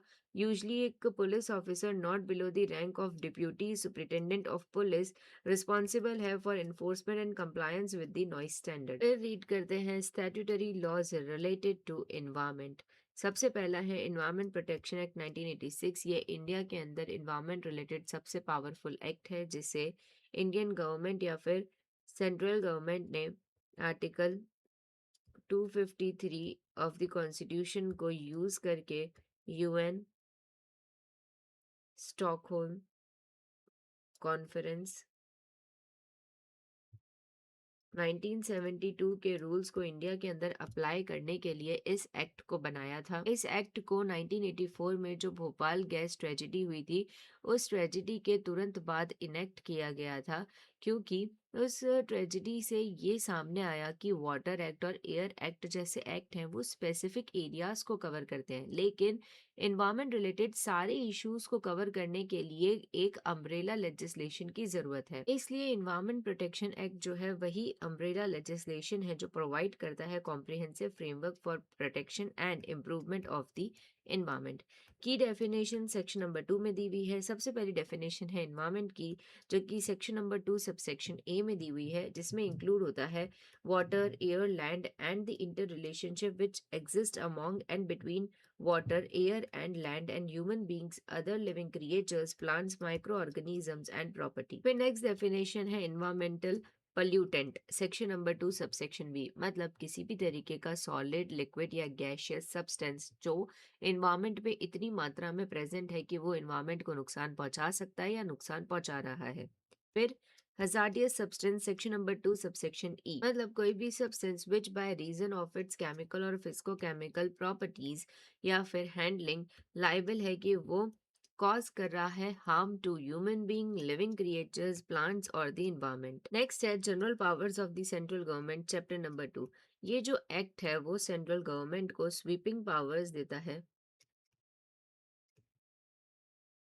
सबसे पहले है section number 3, power to take measures, grant the central government sweeping powers to take all the necessary measures to protect and improve the quality of environment and prevent pollution। कुछ specific powers की बात करें तो उसमें क्या क्या चीजें आएंगी? lay down करना standards for the quality of environment in various aspect, फिर lay down करना standards को for emission और discharge of environmental pollutant from various sources, restrict करना ऐसे areas को where certain industry operation और processes जो हैं वो carry नहीं हो सकते और can be carried out with safeguards, lay down करना प्रोसीजर एंड सेफगार्ड्स को for handling of hazardous substance, establish करना और रिकॉग्नाइज करना इन्वायरमेंटल लेबोरेटरीज को। इस सेक्शन नंबर 5 में पावर टू इशू डायरेक्शंस दिए हुए हैं। सेंट्रल गवर्नमेंट जो है उसके पास पावर होता है कि वो डायरेक्शन इशू कर सकती है राइटिंग में किसी भी पर्सन को, ऑफिसर को और अथॉरिटी को, और वो जो डायरेक्शन होंगे उस पर्टिकुलर पर्सन के ऊपर बाइंडिंग होंगे।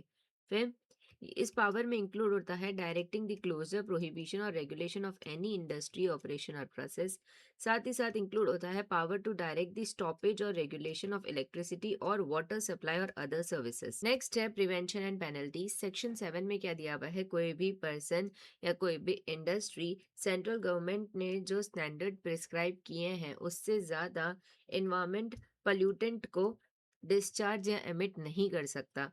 फिर prohibit the handling of the hazardous substance except in compliance with the procedural safeguards established under the act, जैसा सेक्शन 8 में दिया हुआ है।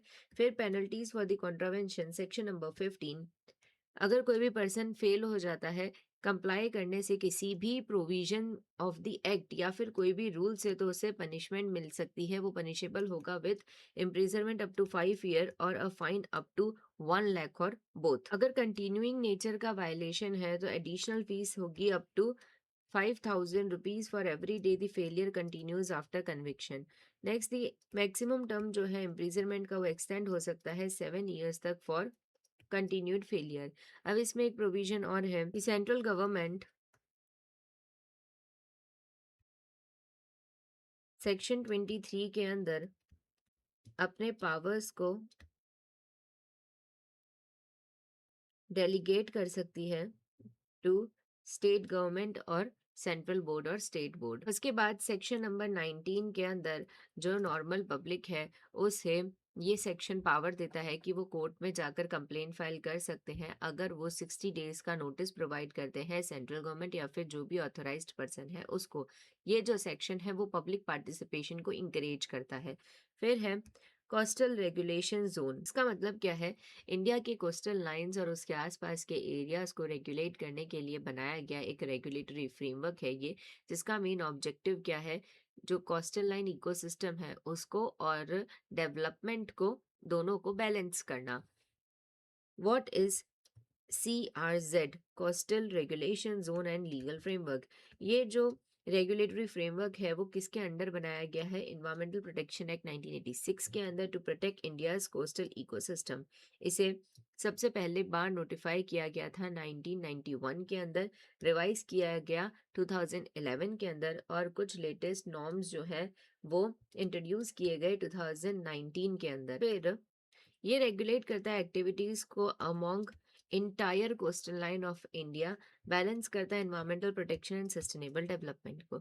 नेक्स्ट है जो CRZ का 2019 का नोटिफिकेशन था, उसके अंदर कोस्टल एरियाज को high tide line and low tide line के डिस्टेंस के बेस पर 4 की जोन्स में क्लासिफाई किया हुआ है। सबसे पहला है CRZ1। इनकी पहचान कैसे होती है कि ये नेचुरली इकोलॉजिकली सेंसिटिव एरिया होते हैं। इसमें 2 सब जोन हैं, जैसे CRZ1A, इसके अंदर क्या आएगा, जैसे कि mangroves, wild life sanctuaries, natural parks, ठीक है। और 1B में क्या आएगा, हाई टाइड लाइन और लो टाइड लाइन के बीच में जो इंटर टाइडल जोन होते हैं वो। फिर है CRZ2, ये वो कोस्टल एरियाज हैं जो कि म्यूनिसिपल और अर्बन लिमिट्स के अंदर आते हैं, और यहाँ पर ऑलरेडी सब्सटेंशियली बिल्टअप है, मतलब कि इंफ्रास्ट्रक्चर प्रेजेंट है।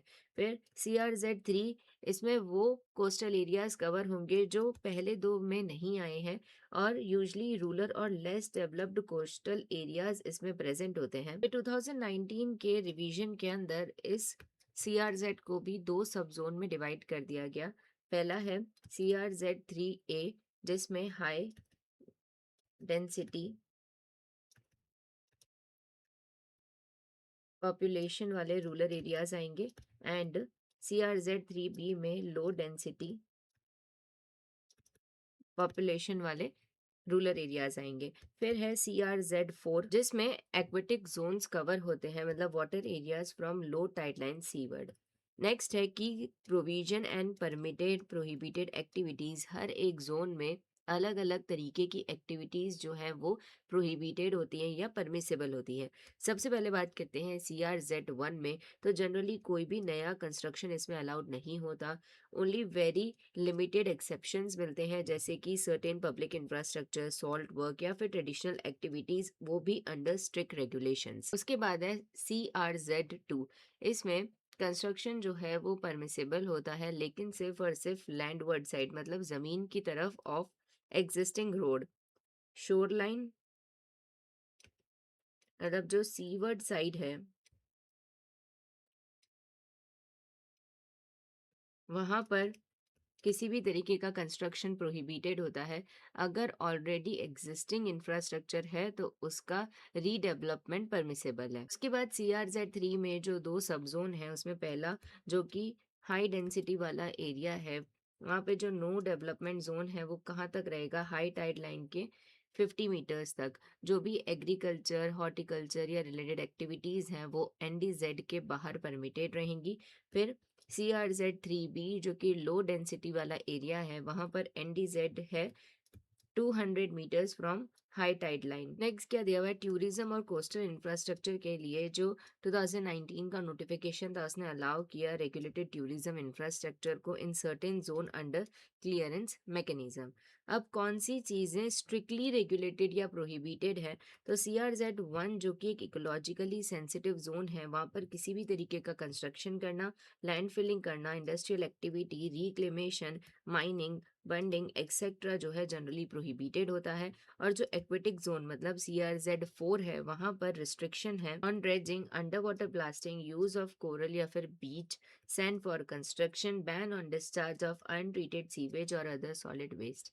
अब अगर कोई भी प्रोजेक्ट या प्रपोजल जो कि CRZ1 या CRZ4 में होना है, तो उसका क्लियरेंस लेना पड़ेगा सेंट्रल गवर्नमेंट से, और CRZ2 या फिर CRZ3 में होना है तो क्लियरेंस लेना होता है स्टेट लेवल CZMA अथॉरिटी से। 2019 के की चेंजेस एंड रिफॉर्म्स को रीड करते हैं। सबसे पहले तो इसने 2011 के नॉर्म्स को रिप्लेस किया, रिकंसाइल किया coastal protection and sustainable development को। फिर Z3A में जो नॉन डेवलपमेंट जोन था, पहले इस नोटिफिकेशन से पहले 200 मीटर हुआ करता था और अब उसे इस नोटिफिकेशन के बाद रिड्यूस करके 50 मीटर किया गया।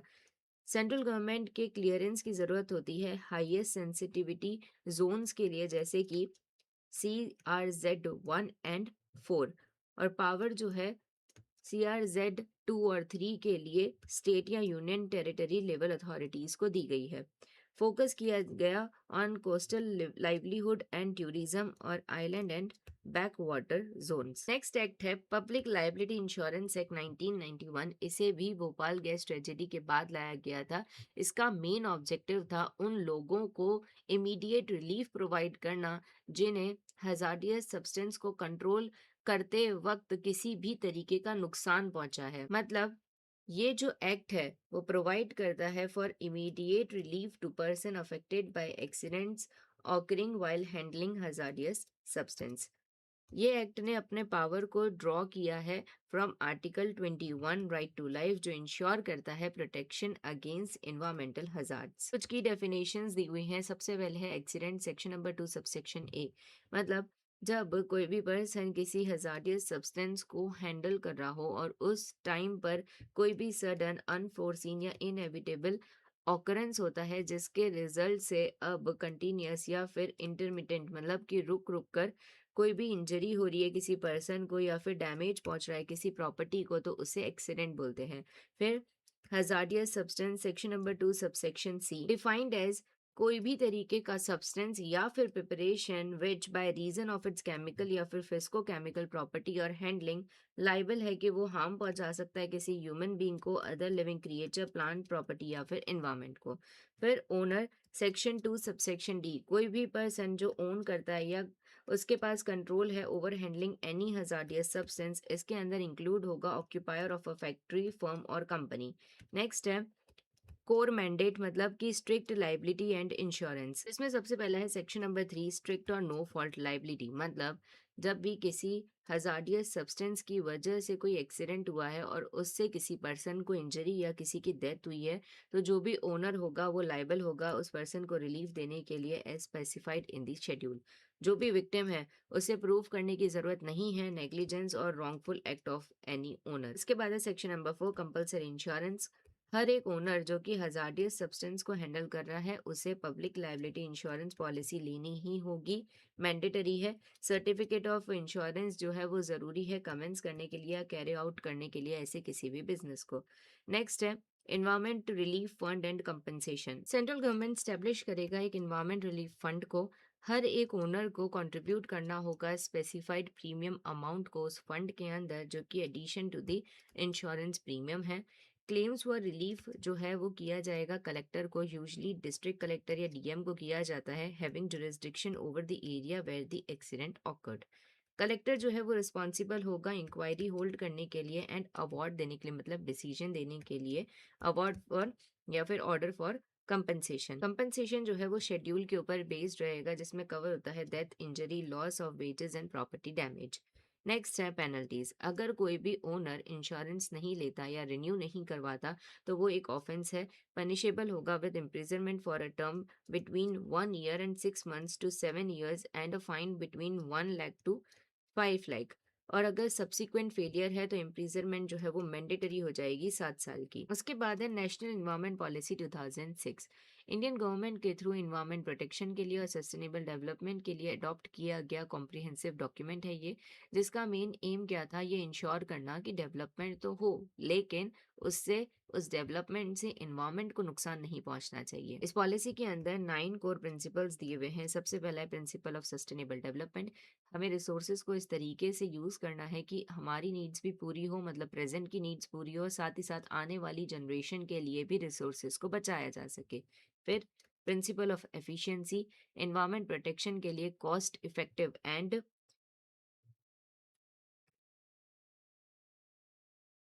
एफिशिएंट सोल्यूशन को यूज़ करना है। फिर है प्रिंसिपल ऑफ एनवायरमेंटल स्टूवर्डशिप, मतलब कि स्टेट और सिटीजन दोनों की जिम्मेदारी है कि वो एनवायरमेंट को अपनी जनरेशन और साथ ही साथ आने वाली जनरेशन के लिए भी प्रोटेक्ट करें। फिर प्रिंसिपल ऑफ डिसेंट्रलाइजेशन, मतलब कि सेंटर और स्टेट से एनवायरमेंटल डिसीजंस को लोकल बॉडीज तक पहुंचाना। फिर प्रिंसिपल ऑफ पॉल्यूटर पे, जो भी पोल्यूशन करेगा या एनवायरमेंट को नुकसान पहुंचाता है उसे कंपनसेशन प्रोवाइड करना होता है एंड वापस से एनवायरमेंट को रिस्टोर करना होता है। फिर प्रिंसिपल ऑफ प्रिकॉशन, कि अगर किसी भी एक्टिविटी से एनवायरनमेंट को सीरियस या इरिवर्सिबल हार्म पहुंच सकता है तो उसके साइंटिफिक प्रूफ का वेट नहीं करना बल्कि प्रिकॉशनरी स्टेप्स लेना है।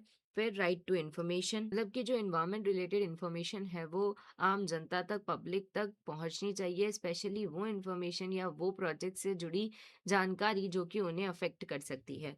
पॉलिसी ऑब्जेक्टिव्स की बात करें तो सबसे पहला है conservation of critical environmental resources. Critical environmental resources जैसे कि हवा, पानी, जंगल, इन सब का कंजर्वेशन करना। फिर इंट्रा जनरेशनल इक्विटी, मतलब एक ही जनरेशन के अंदर जो रिसोर्सेज हैं उनका इक्वल या इक्विटेबल डिस्ट्रीब्यूशन होना। फिर इंटर जनरेशनल इक्विटी, रिसोर्सेज को इस तरीके से यूज करना कि आने वाली जनरेशन को भी अपना जो हिस्सा है वो मिल सके। इंटीग्रेशन ऑफ एनवायरमेंटल कंसर्न, मतलब जब भी इंफ्रास्ट्रक्चर डेवलपमेंट या फिर इकोनॉमिक पॉलिसीज रिलेटेड प्लानिंग करना तो उसमें एनवायरमेंट को इंटीग्रेट करना है। फिर इन्हेंसिंग एनवायरमेंटल गवर्नेंस। अब इंस्टीट्यूशनल एंड गवर्नेंस फ्रेमवर्क को रीड करते हैं, जिसमें सबसे पहले दिया हुआ है कि ये जो पॉलिसी है वो कॉल करती है for policy integration across all level, मतलब इम्फेसाइज करती है मल्टी स्टेक होल्डर पार्टनरशिप को। इन्वायरमेंट प्रोटेक्शन के लिए सब लोगों का साथ मिलकर काम करना जरूरी है, जैसे कि government, NGO, private entities, companies, सब लोग। फिर environmental impact assessment and regulatory reforms. और लास्ट में है सोशियो इकोनॉमिक इक्विटी लेजिटिमेशन, कि हमें इन्वायरमेंट प्रोटेक्शन के रूल्स को अप्लाई करते वक्त जो मार्जिनलाइज्ड सेक्शन है सोसाइटी का, उसकी नेसेसिटी और उसका जो इकोनॉमिक स्टैंडर्ड है उसके ऊपर भी ध्यान रखना है। अब डिस्कस करते हैं statutory laws related to waste management laws.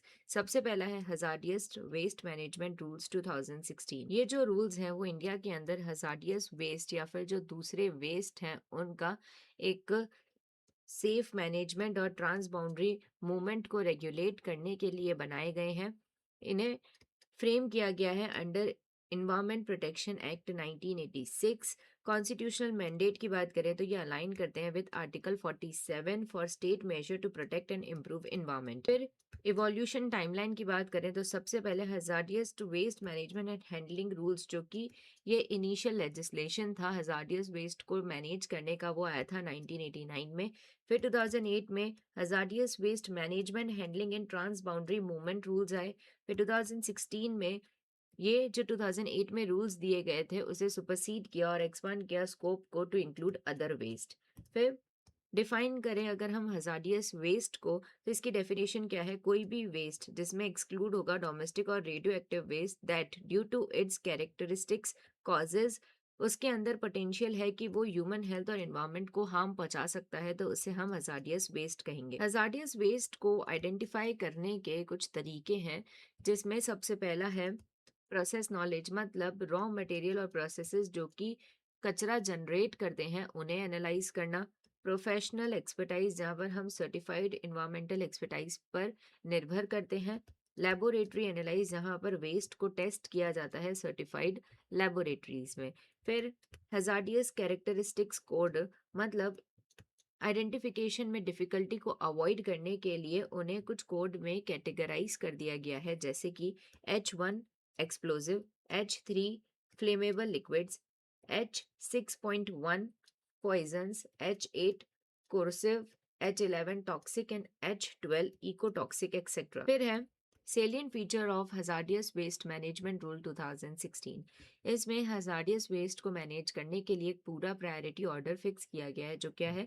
Prevention, minimization, reuse, recycling, recovery, co processing and safe disposal. Authorization requirement, मतलब कि हर एक ऑक्यूपायर और ऑपरेटर को कंपल्सरीली मैंडेटरी ऑब्टेन करना होगा authorisation from the SPCB। Next है focus on recycling and recovering. Co processing को ज़्यादा प्रेफरेंस देनी है comparing to direct disposal. Co processing मतलब यूज करना waste for energy material recovery. फिर है TSDF गाइडलाइंस। TSDF का क्या मतलब है? Treatment, storage and disposal facilities. SPCB को आइडेंटिफाई करने हैं लोकेशंस और इंश्योर करना है प्रॉपर रजिस्ट्रेशन हो, स्किल डेवलपमेंट हो और मॉनिटरिंग हो ट्रीटमेंट, स्टोरेज और डिस्पोजल फैसिलिटीज के लिए। फिर स्टोरेज, लेबलिंग एंड ट्रैकिंग। सबसे पहला है स्टोरेज टाइम लिमिट। जो फैसिलिटीज़ हैं वो स्टोर कर सकती हैं हजार्डियस वेस्ट को फॉर अ पीरियड जो कि 90 डेज से ज़्यादा नहीं होना चाहिए। SPCB जो है वो ग्रांट कर सकता है एक्सटेंशन को अगर कोई स्पेशल कंडीशन है तो।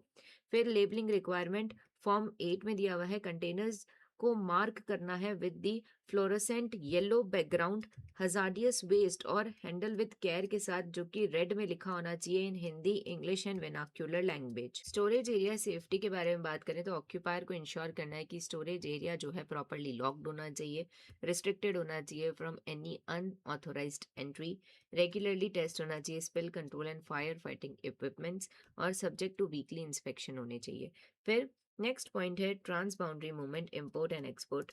तो जो इंपोर्ट पॉलिसी है वो काफ़ी ज़्यादा स्ट्रिक्ट है। उससे पहले ट्रांस बाउंड्री का क्या मतलब होता है? जब कोई भी चीज़ क्रॉस कर रही है या फिर अफेक्ट कर रही है दो या दो से ज़्यादा कंट्रीज़ की बाउंड्रीज़ को या फिर एरियाज़ को, तो उसे ट्रांस बाउंड्री कहते हैं। अब अगर हम इसके इंपोर्ट पॉलिसी की बात करें तो अगर कोई भी इम्पोर्ट इस पर्पस से हो रहा है कि डिस्पोजल करना है तो वो टोटली बैन है। इम्पोर्ट कब अलाउ होगा? Only for recycling, reuse, recovery और को प्रोसेसिंग। प्रोहिबिशन किस पे है? Import of solid plastic waste is specifically prohibited. उसके बाद ministry of environment, forest and climate change का क्या रोल है कि वो परमिशन देती है for all international transboundary movement, import और एक्सपोर्ट के लिए, लेकिन कुछ एग्जम्पन्स हैं। जैसे कि एक्सपोर्टर जो है सिल्क वेस्ट के, उन्हें परमिशन लेने की ज़रूरत नहीं है। दूसरा, डिफेक्टिव इलेक्ट्रिकल या फिर इलेक्ट्रॉनिक कंपोनेंट्स हैं जिन्हें एक्सपोर्ट किया गया है फ्रॉम इंडिया, उन्हें वापस से री इम्पोर्ट किया जा सकता है 1 साल के अंदर अंदर विदाउट परमिशन। फिर है अमेंडमेंट टू दी 2016 रूल्स। 2016 के रूल्स में काफ़ी बार अमेंडमेंट्स आए हैं। सबसे पहले रीड करते हैं 2017-18 के amendments. Prohibit import of solid plastic waste including special economic zones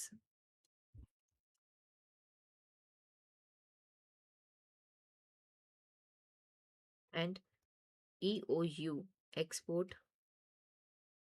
oriented units।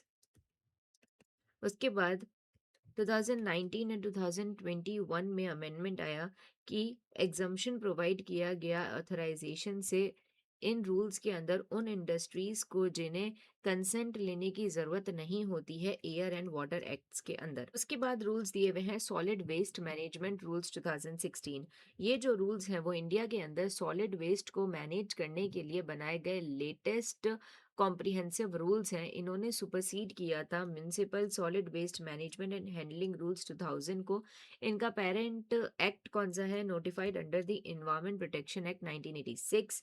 फिर इन रूल्स का स्कोप क्या है? 2000 के कंपैरिजन में 2016 का जो स्कोप है वो ज़्यादा वाइडर है।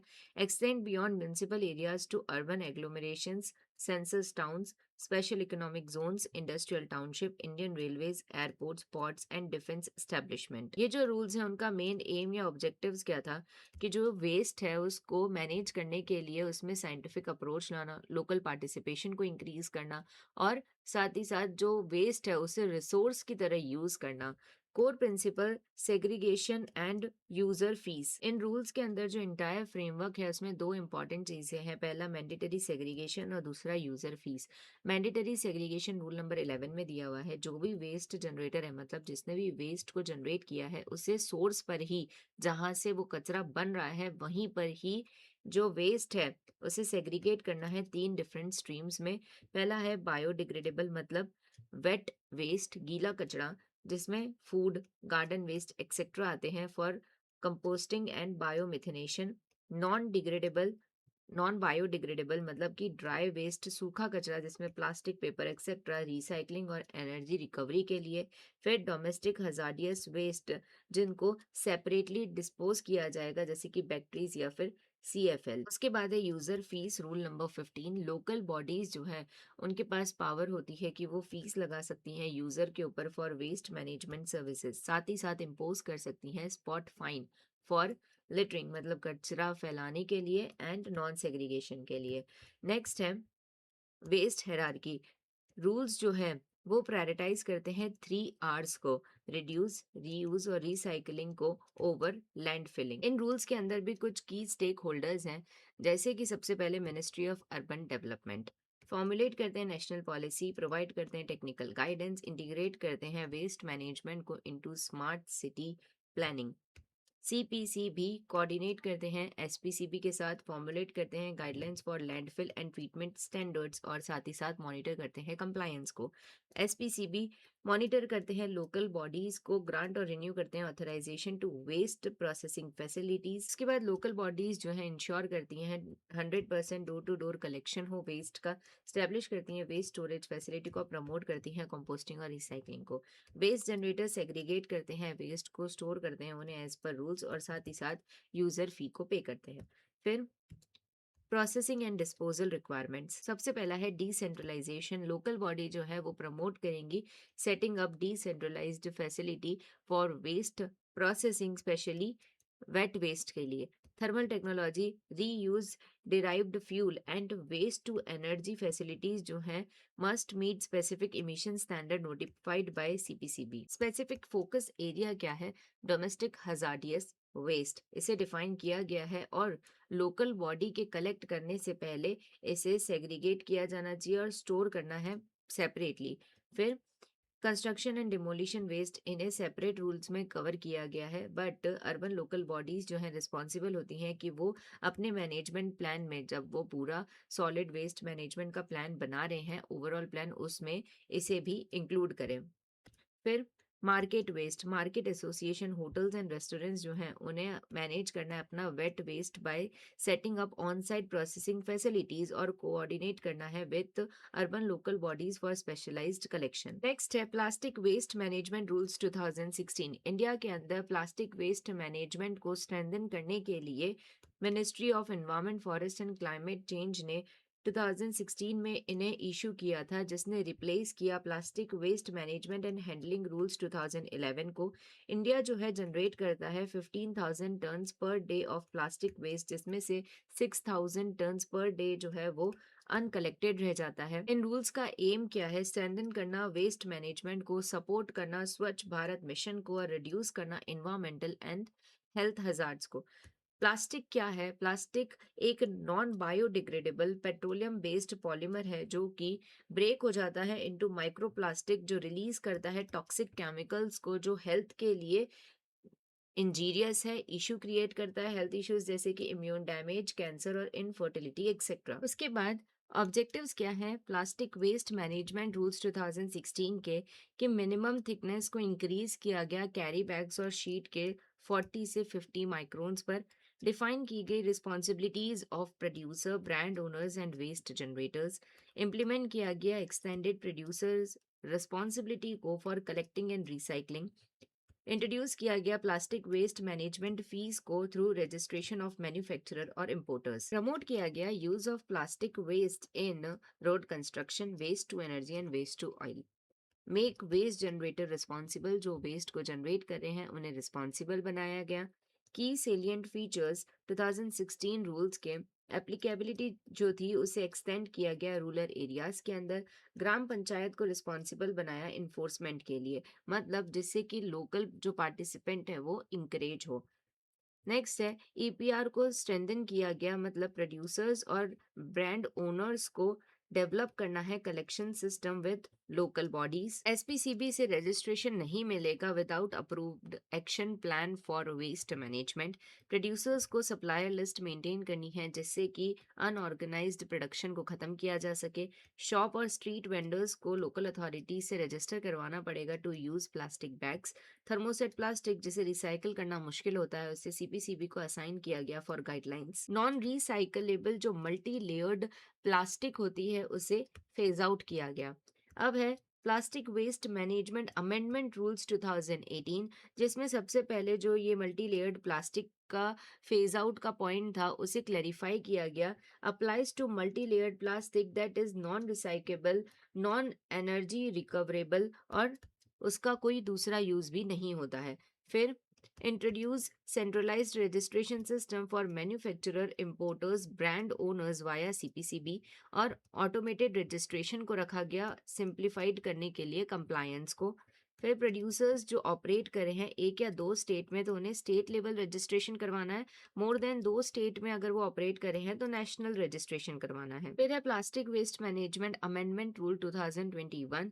इन्हें इशू किया गया था 12 अगस्त 2021 को। इन्होंने बैन किया सिंगल यूज प्लास्टिक को जिसके अंदर हाई लिटरिंग पोटेंशियल होता है एंड लो यूटिलिटी होती है बाय 1 जुलाई 2022। फिर सिंगल यूज प्लास्टिक पे जो बैन लगा उसमें क्या क्या आता है जैसे plate, cups, glasses, cutlery, straws, stirrers, trays etcetera.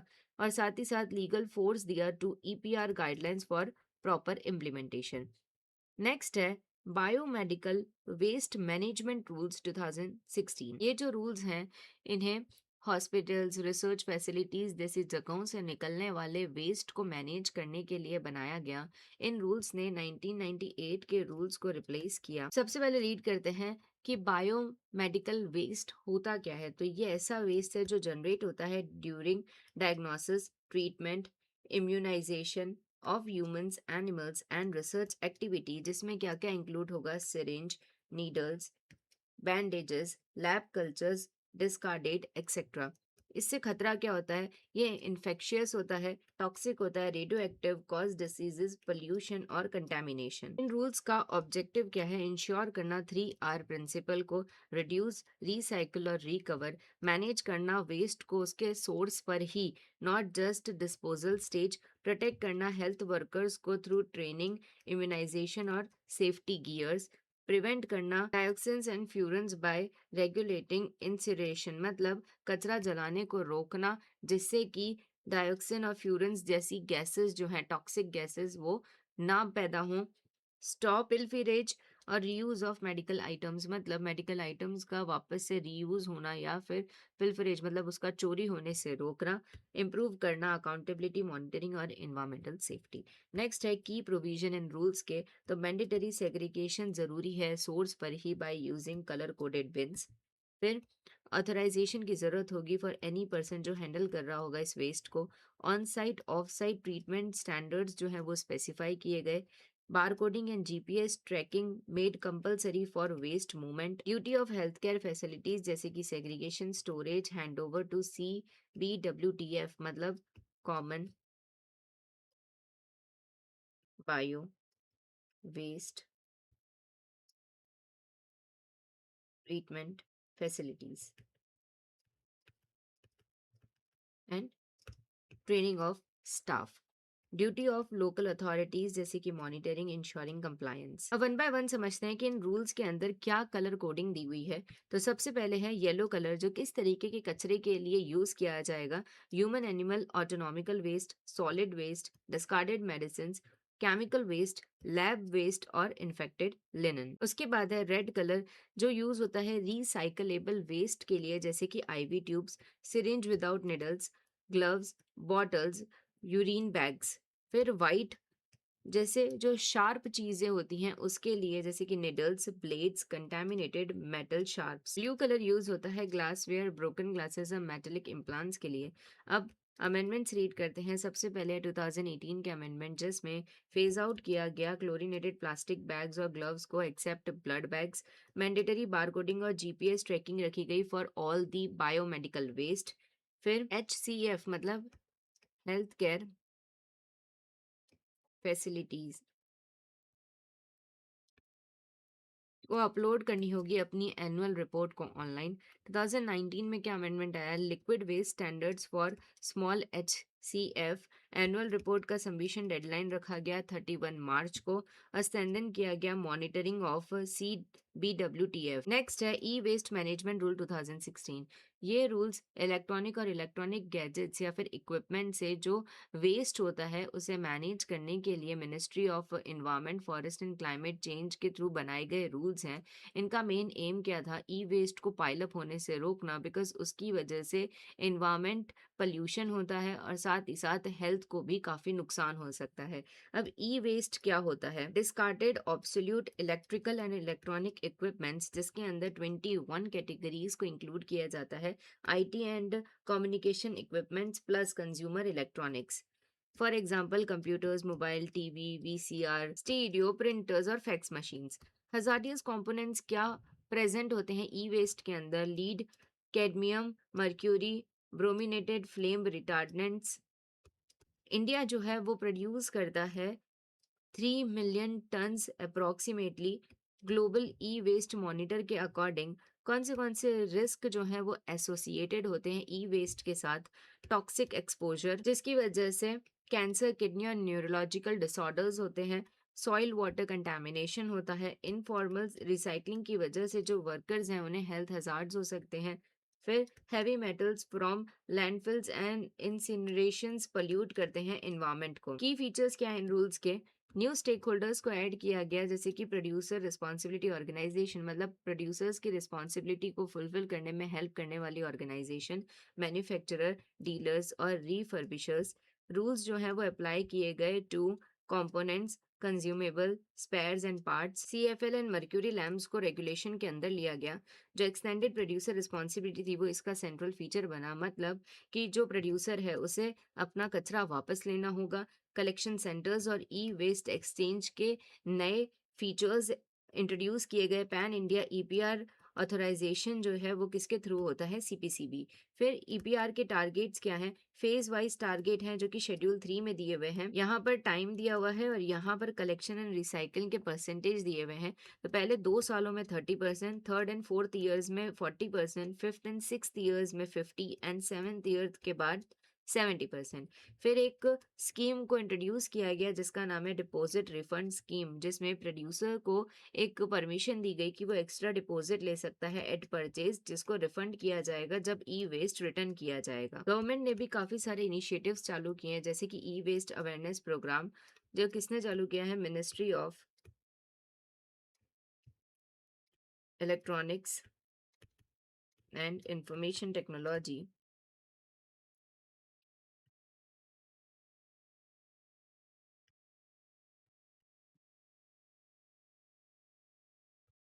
Since 2015 वो ये अवेयरनेस प्रोग्राम रन कर रहे हैं, जिसमें पब्लिक अवेयरनेस स्प्रेड की जाती है on harmful informal recycling. Promote किया जाता है इको फ्रेंडली डिस्पोजल को और इनकरेज किया जाता है स्वच्छ डिजिटल भारत को। अमेंडमेंट्स क्या है इन रूल्स के अंदर? 2018 में जो टारगेट्स थे उनमें अमेंडमेंट आया था। टारगेट्स में क्या अमेंडमेंट था कि 2017-18 के लिए 10% को टारगेट रखा गया। 2023 तक ये टारगेट हर साल 10% से इंक्रीज होता। फिर 2023 के बाद से 70% को टारगेट की तरह सेट किया गया। न्यू जो प्रोड्यूसर्स होंगे उनके लिए सेपरेट टारगेट्स को फ्रेम किया जाएगा। उसके बाद रीड करते हैं construction and demolition waste rules 2016। ये जो रूल्स हैं वो किसके ऊपर अप्लाई होते हैं? जो बिल्डिंग बनाते टाइम, रिपेयर करते टाइम या फिर डिमोलिशन करते टाइम जो कचरा जनरेट होता है, वेस्ट जनरेट होता है, उससे मैनेज या रेगुलेट करने के लिए इन रूल्स को लाया गया था।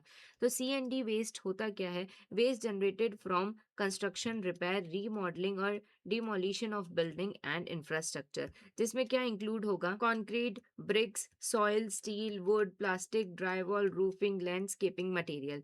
अब इसका एम क्या था इन रूल्स का? रिड्यूस करना पॉल्यूशन को, इंश्योर करना कि प्रॉपर कलेक्शन हो, सेग्रीगेशन हो, रिसाइकल हो और रीयूज हो सके कंस्ट्रक्शन एंड डिमोलिशन वेस्ट का। स्कोप एंड एप्लीकेबिलिटी क्या है? ये जो रूल्स हैं वो उन सभी पे अप्लाई होंगे जो वेस्ट को जनरेट कर रहे हैं, मतलब जो कंस्ट्रक्शन एंड डिमोलिशन वेस्ट को जनरेट कर रहे हैं। लार्ज जनरेटर्स, जैसे कि जो एक दिन का 20 टन से ज़्यादा जनरेट कर रहे हैं, या फिर पर मंथ 300 टन से ज़्यादा जनरेट करते हैं। अब इसके अंदर की स्टेक होल्डर्स कौन है? Local authority, state government, contractor, service providers, control pollution boards and recycling facilities. In rules के अंदर जो वेस्ट है उसे प्रॉपरली मैनेज करने के लिए, रेगुलेट करने के लिए 2 टायर रिस्पॉन्सिबिलिटीज अलॉट की गई हैं एक स्टेट गवर्नमेंट को और लोकल अथॉरिटीज को। क्या ड्यूटीज हैं? ये प्रोवाइड करेंगे land for storage, processing and recycling facilities with in 18 months, include these sites in land use plans. Ensure करना है कि 10 से 20% यूज हो of recycled material in government contract. Provide करना है बिन, इंश्योर करना है रेगुलर कलेक्शन एंड ट्रांसपोर्ट हो। अप्रूव करना है वेस्ट मैनेजमेंट प्लान्स को for large generators. Next, maintain करना है annual data base of construction and demolition waste. Million plus cities must set up processing facilities within 1.5 years. इन rules के अंदर कुछ स्टैंडर्ड्स एंड सेंट्रल मिनिस्ट्रीज दी हुई हैं। सबसे पहला है ब्यूरो ऑफ इंडियन स्टैंडर्ड, जो डेवलप करते हैं प्रोडक्ट स्टैंडर्ड्स को for recycled construction and demolition material. फिर इंडियन रोड कांग्रेस, जो गाइडलाइंस प्रोवाइड करती हैं for use of recycled debris in road constructions. Duties of central ministries, तो जो मिनिस्ट्री ऑफ अर्बन डेवलपमेंट है, रूरल डेवलपमेंट है और पंचायती राज है, वो लोकल बॉडीज को असिस्ट करेंगे। साथ ही साथ ओवरऑल इम्प्लीमेंटेशन कौन देखेगा? Ministry of environment, forest and climate change. अब हम कुछ इंपॉर्टेंट केस लॉज रीड कर लेते हैं एनवायरमेंट रिलेटेड। पहला केस है 1980 में, जो कि रूरल लिटिगेशन एंड इंटाइटलमेंट केंद्र वर्सेस स्टेट ऑफ यूपी है। ये इंडिया के अंदर फाइल किया गया पहला एनवायरमेंटल पब्लिक इंटरेस्ट लिटिगेशन था। इसके अंदर लाइमस्टोन क्वेरिंग के रिलेटेड डिस्प्यूट था, जिसकी वजह से फॉरेस्ट और जो वहाँ के लोकल लोग थे उनको नुकसान पहुंच रहा था, उनकी हेल्थ को नुकसान पहुंच रहा था। तो सुप्रीम कोर्ट ने आर्टिकल 21 के अंदर ये जो प्रोसेस था उसके ऊपर बैन लगा दिया एनवायरनमेंट को प्रोटेक्ट करने के लिए। फिर 1985 में MC Mehta Delhi industries case, ये केस दिल्ली के अंदर हजारियस इंडस्ट्रीज जो पोल्यूशन क्रिएट कर रही हैं, स्प्रेड कर रही हैं, उनके अगेंस्ट था। और ये जो इंडस्ट्रीज थी वो हाईली डेंस्ड एरियाज में सिचुएटेड थी। उन्हीं इंडस्ट्रीज को शिफ्ट या क्लोज करने के लिए इस केस को फाइल किया गया था। इसमें सुप्रीम कोर्ट ने वापस से इस चीज़ के ऊपर जोर दिया कि आर्टिकल 21 के अंदर राइट टू क्लीन एनवायरनमेंट में रहने का अधिकार भी इंक्लूड होता है। फिर 1986 MC Mehta oleum gas leak, ये 1985 में जो श्रीराम फूड एंड फर्टिलाइजर्स एक इंडस्ट्री थी उसमें से जब ओलियम गैस लीक हुआ था, उसके बाद आया था, जो भोपाल गैस ट्रेजिडी के तुरंत बाद हुआ था। इस केस के अंदर सुप्रीम कोर्ट ने स्ट्रिक्ट लाइबिलिटी के डॉक्ट्राइन को रिजेक्ट किया और लेट डाउन किया एब्सोल्यूट लाइबिलिटी को। साथ ही साथ कंपनसेशन देने का डिसीजन दिया गया, जजमेंट दिया गया आर्टिकल 32 के अंदर। फिर है 1991 Subhash Kumar versus state of Bihar, ये केस बोकारो स्टील प्लांट के थ्रू जो बोकारो रिवर के अंदर कचरा फैलाया जा रहा था या कचरा छोड़ा जा रहा था उसके रिलेटेड था। सुप्रीम कोर्ट ने इस केस में डिसीजन दिया कि right to pollution free water and air जो है वो भी आर्टिकल 21 का एसेंशियल पार्ट है। फिर 1996 में केस आया T N. Godavarman versus union of India. ये जो केस था वो स्टार्टिंग में सिर्फ तमिलनाडु के पहाड़ों पे से जो बर्फ गिरती थी उसके अगेंस्ट था, पर सुप्रीम कोर्ट ने इसका स्कोप एक्सटेंड कर दिया और पूरे कंट्री के अंदर फॉरेस्ट कंजर्वेशन के रिलेटेड ये केस एक्सटेंड हो गया।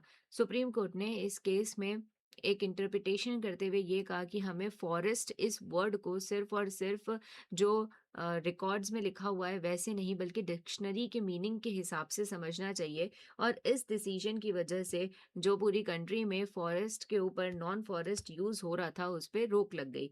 नेक्स्ट है 1996 एमसी मेहता ताज ट्रेपेजियम केस, ये केस जो ताजमहल के आसपास इंडस्ट्रीज थी उनके अगेंस्ट में था, क्योंकि उन इंडस्ट्री के धुएं और एसिड रेन की वजह से ताजमहल का कलर जो था वो येलोइश हो रहा था।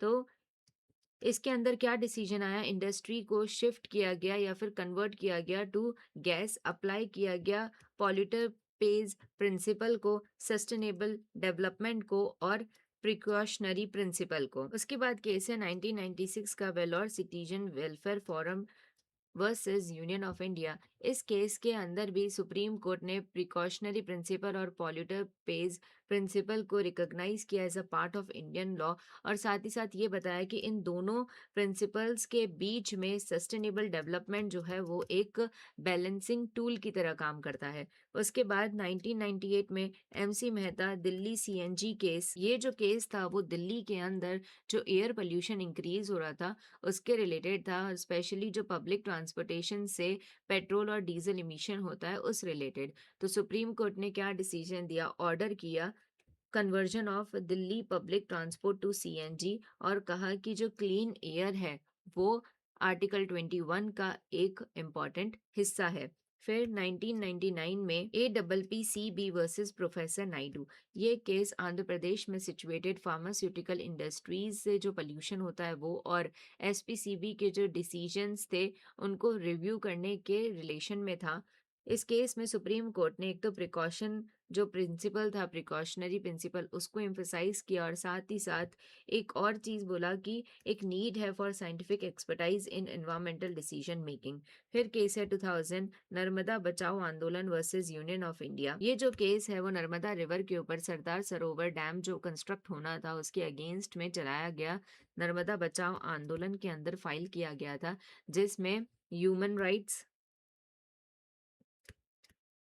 एंड रिहेबिलेशन जैसी चीज़ें भी इंक्लूडेड थी। सुप्रीम कोर्ट ने इसमें क्या डिसीजन दिया, अलाउ किया डैम के कंस्ट्रक्शन को, लेकिन कुछ सेफगार्ड्स के साथ। इस केस में ये रीअफर्म हुआ कि हम सस्टेनेबल डेवलपमेंट को सपोर्ट करते हैं, कि हमें डेवलपमेंट करना है लेकिन हमारे रिसोर्सेज को प्रोटेक्ट करते हुए।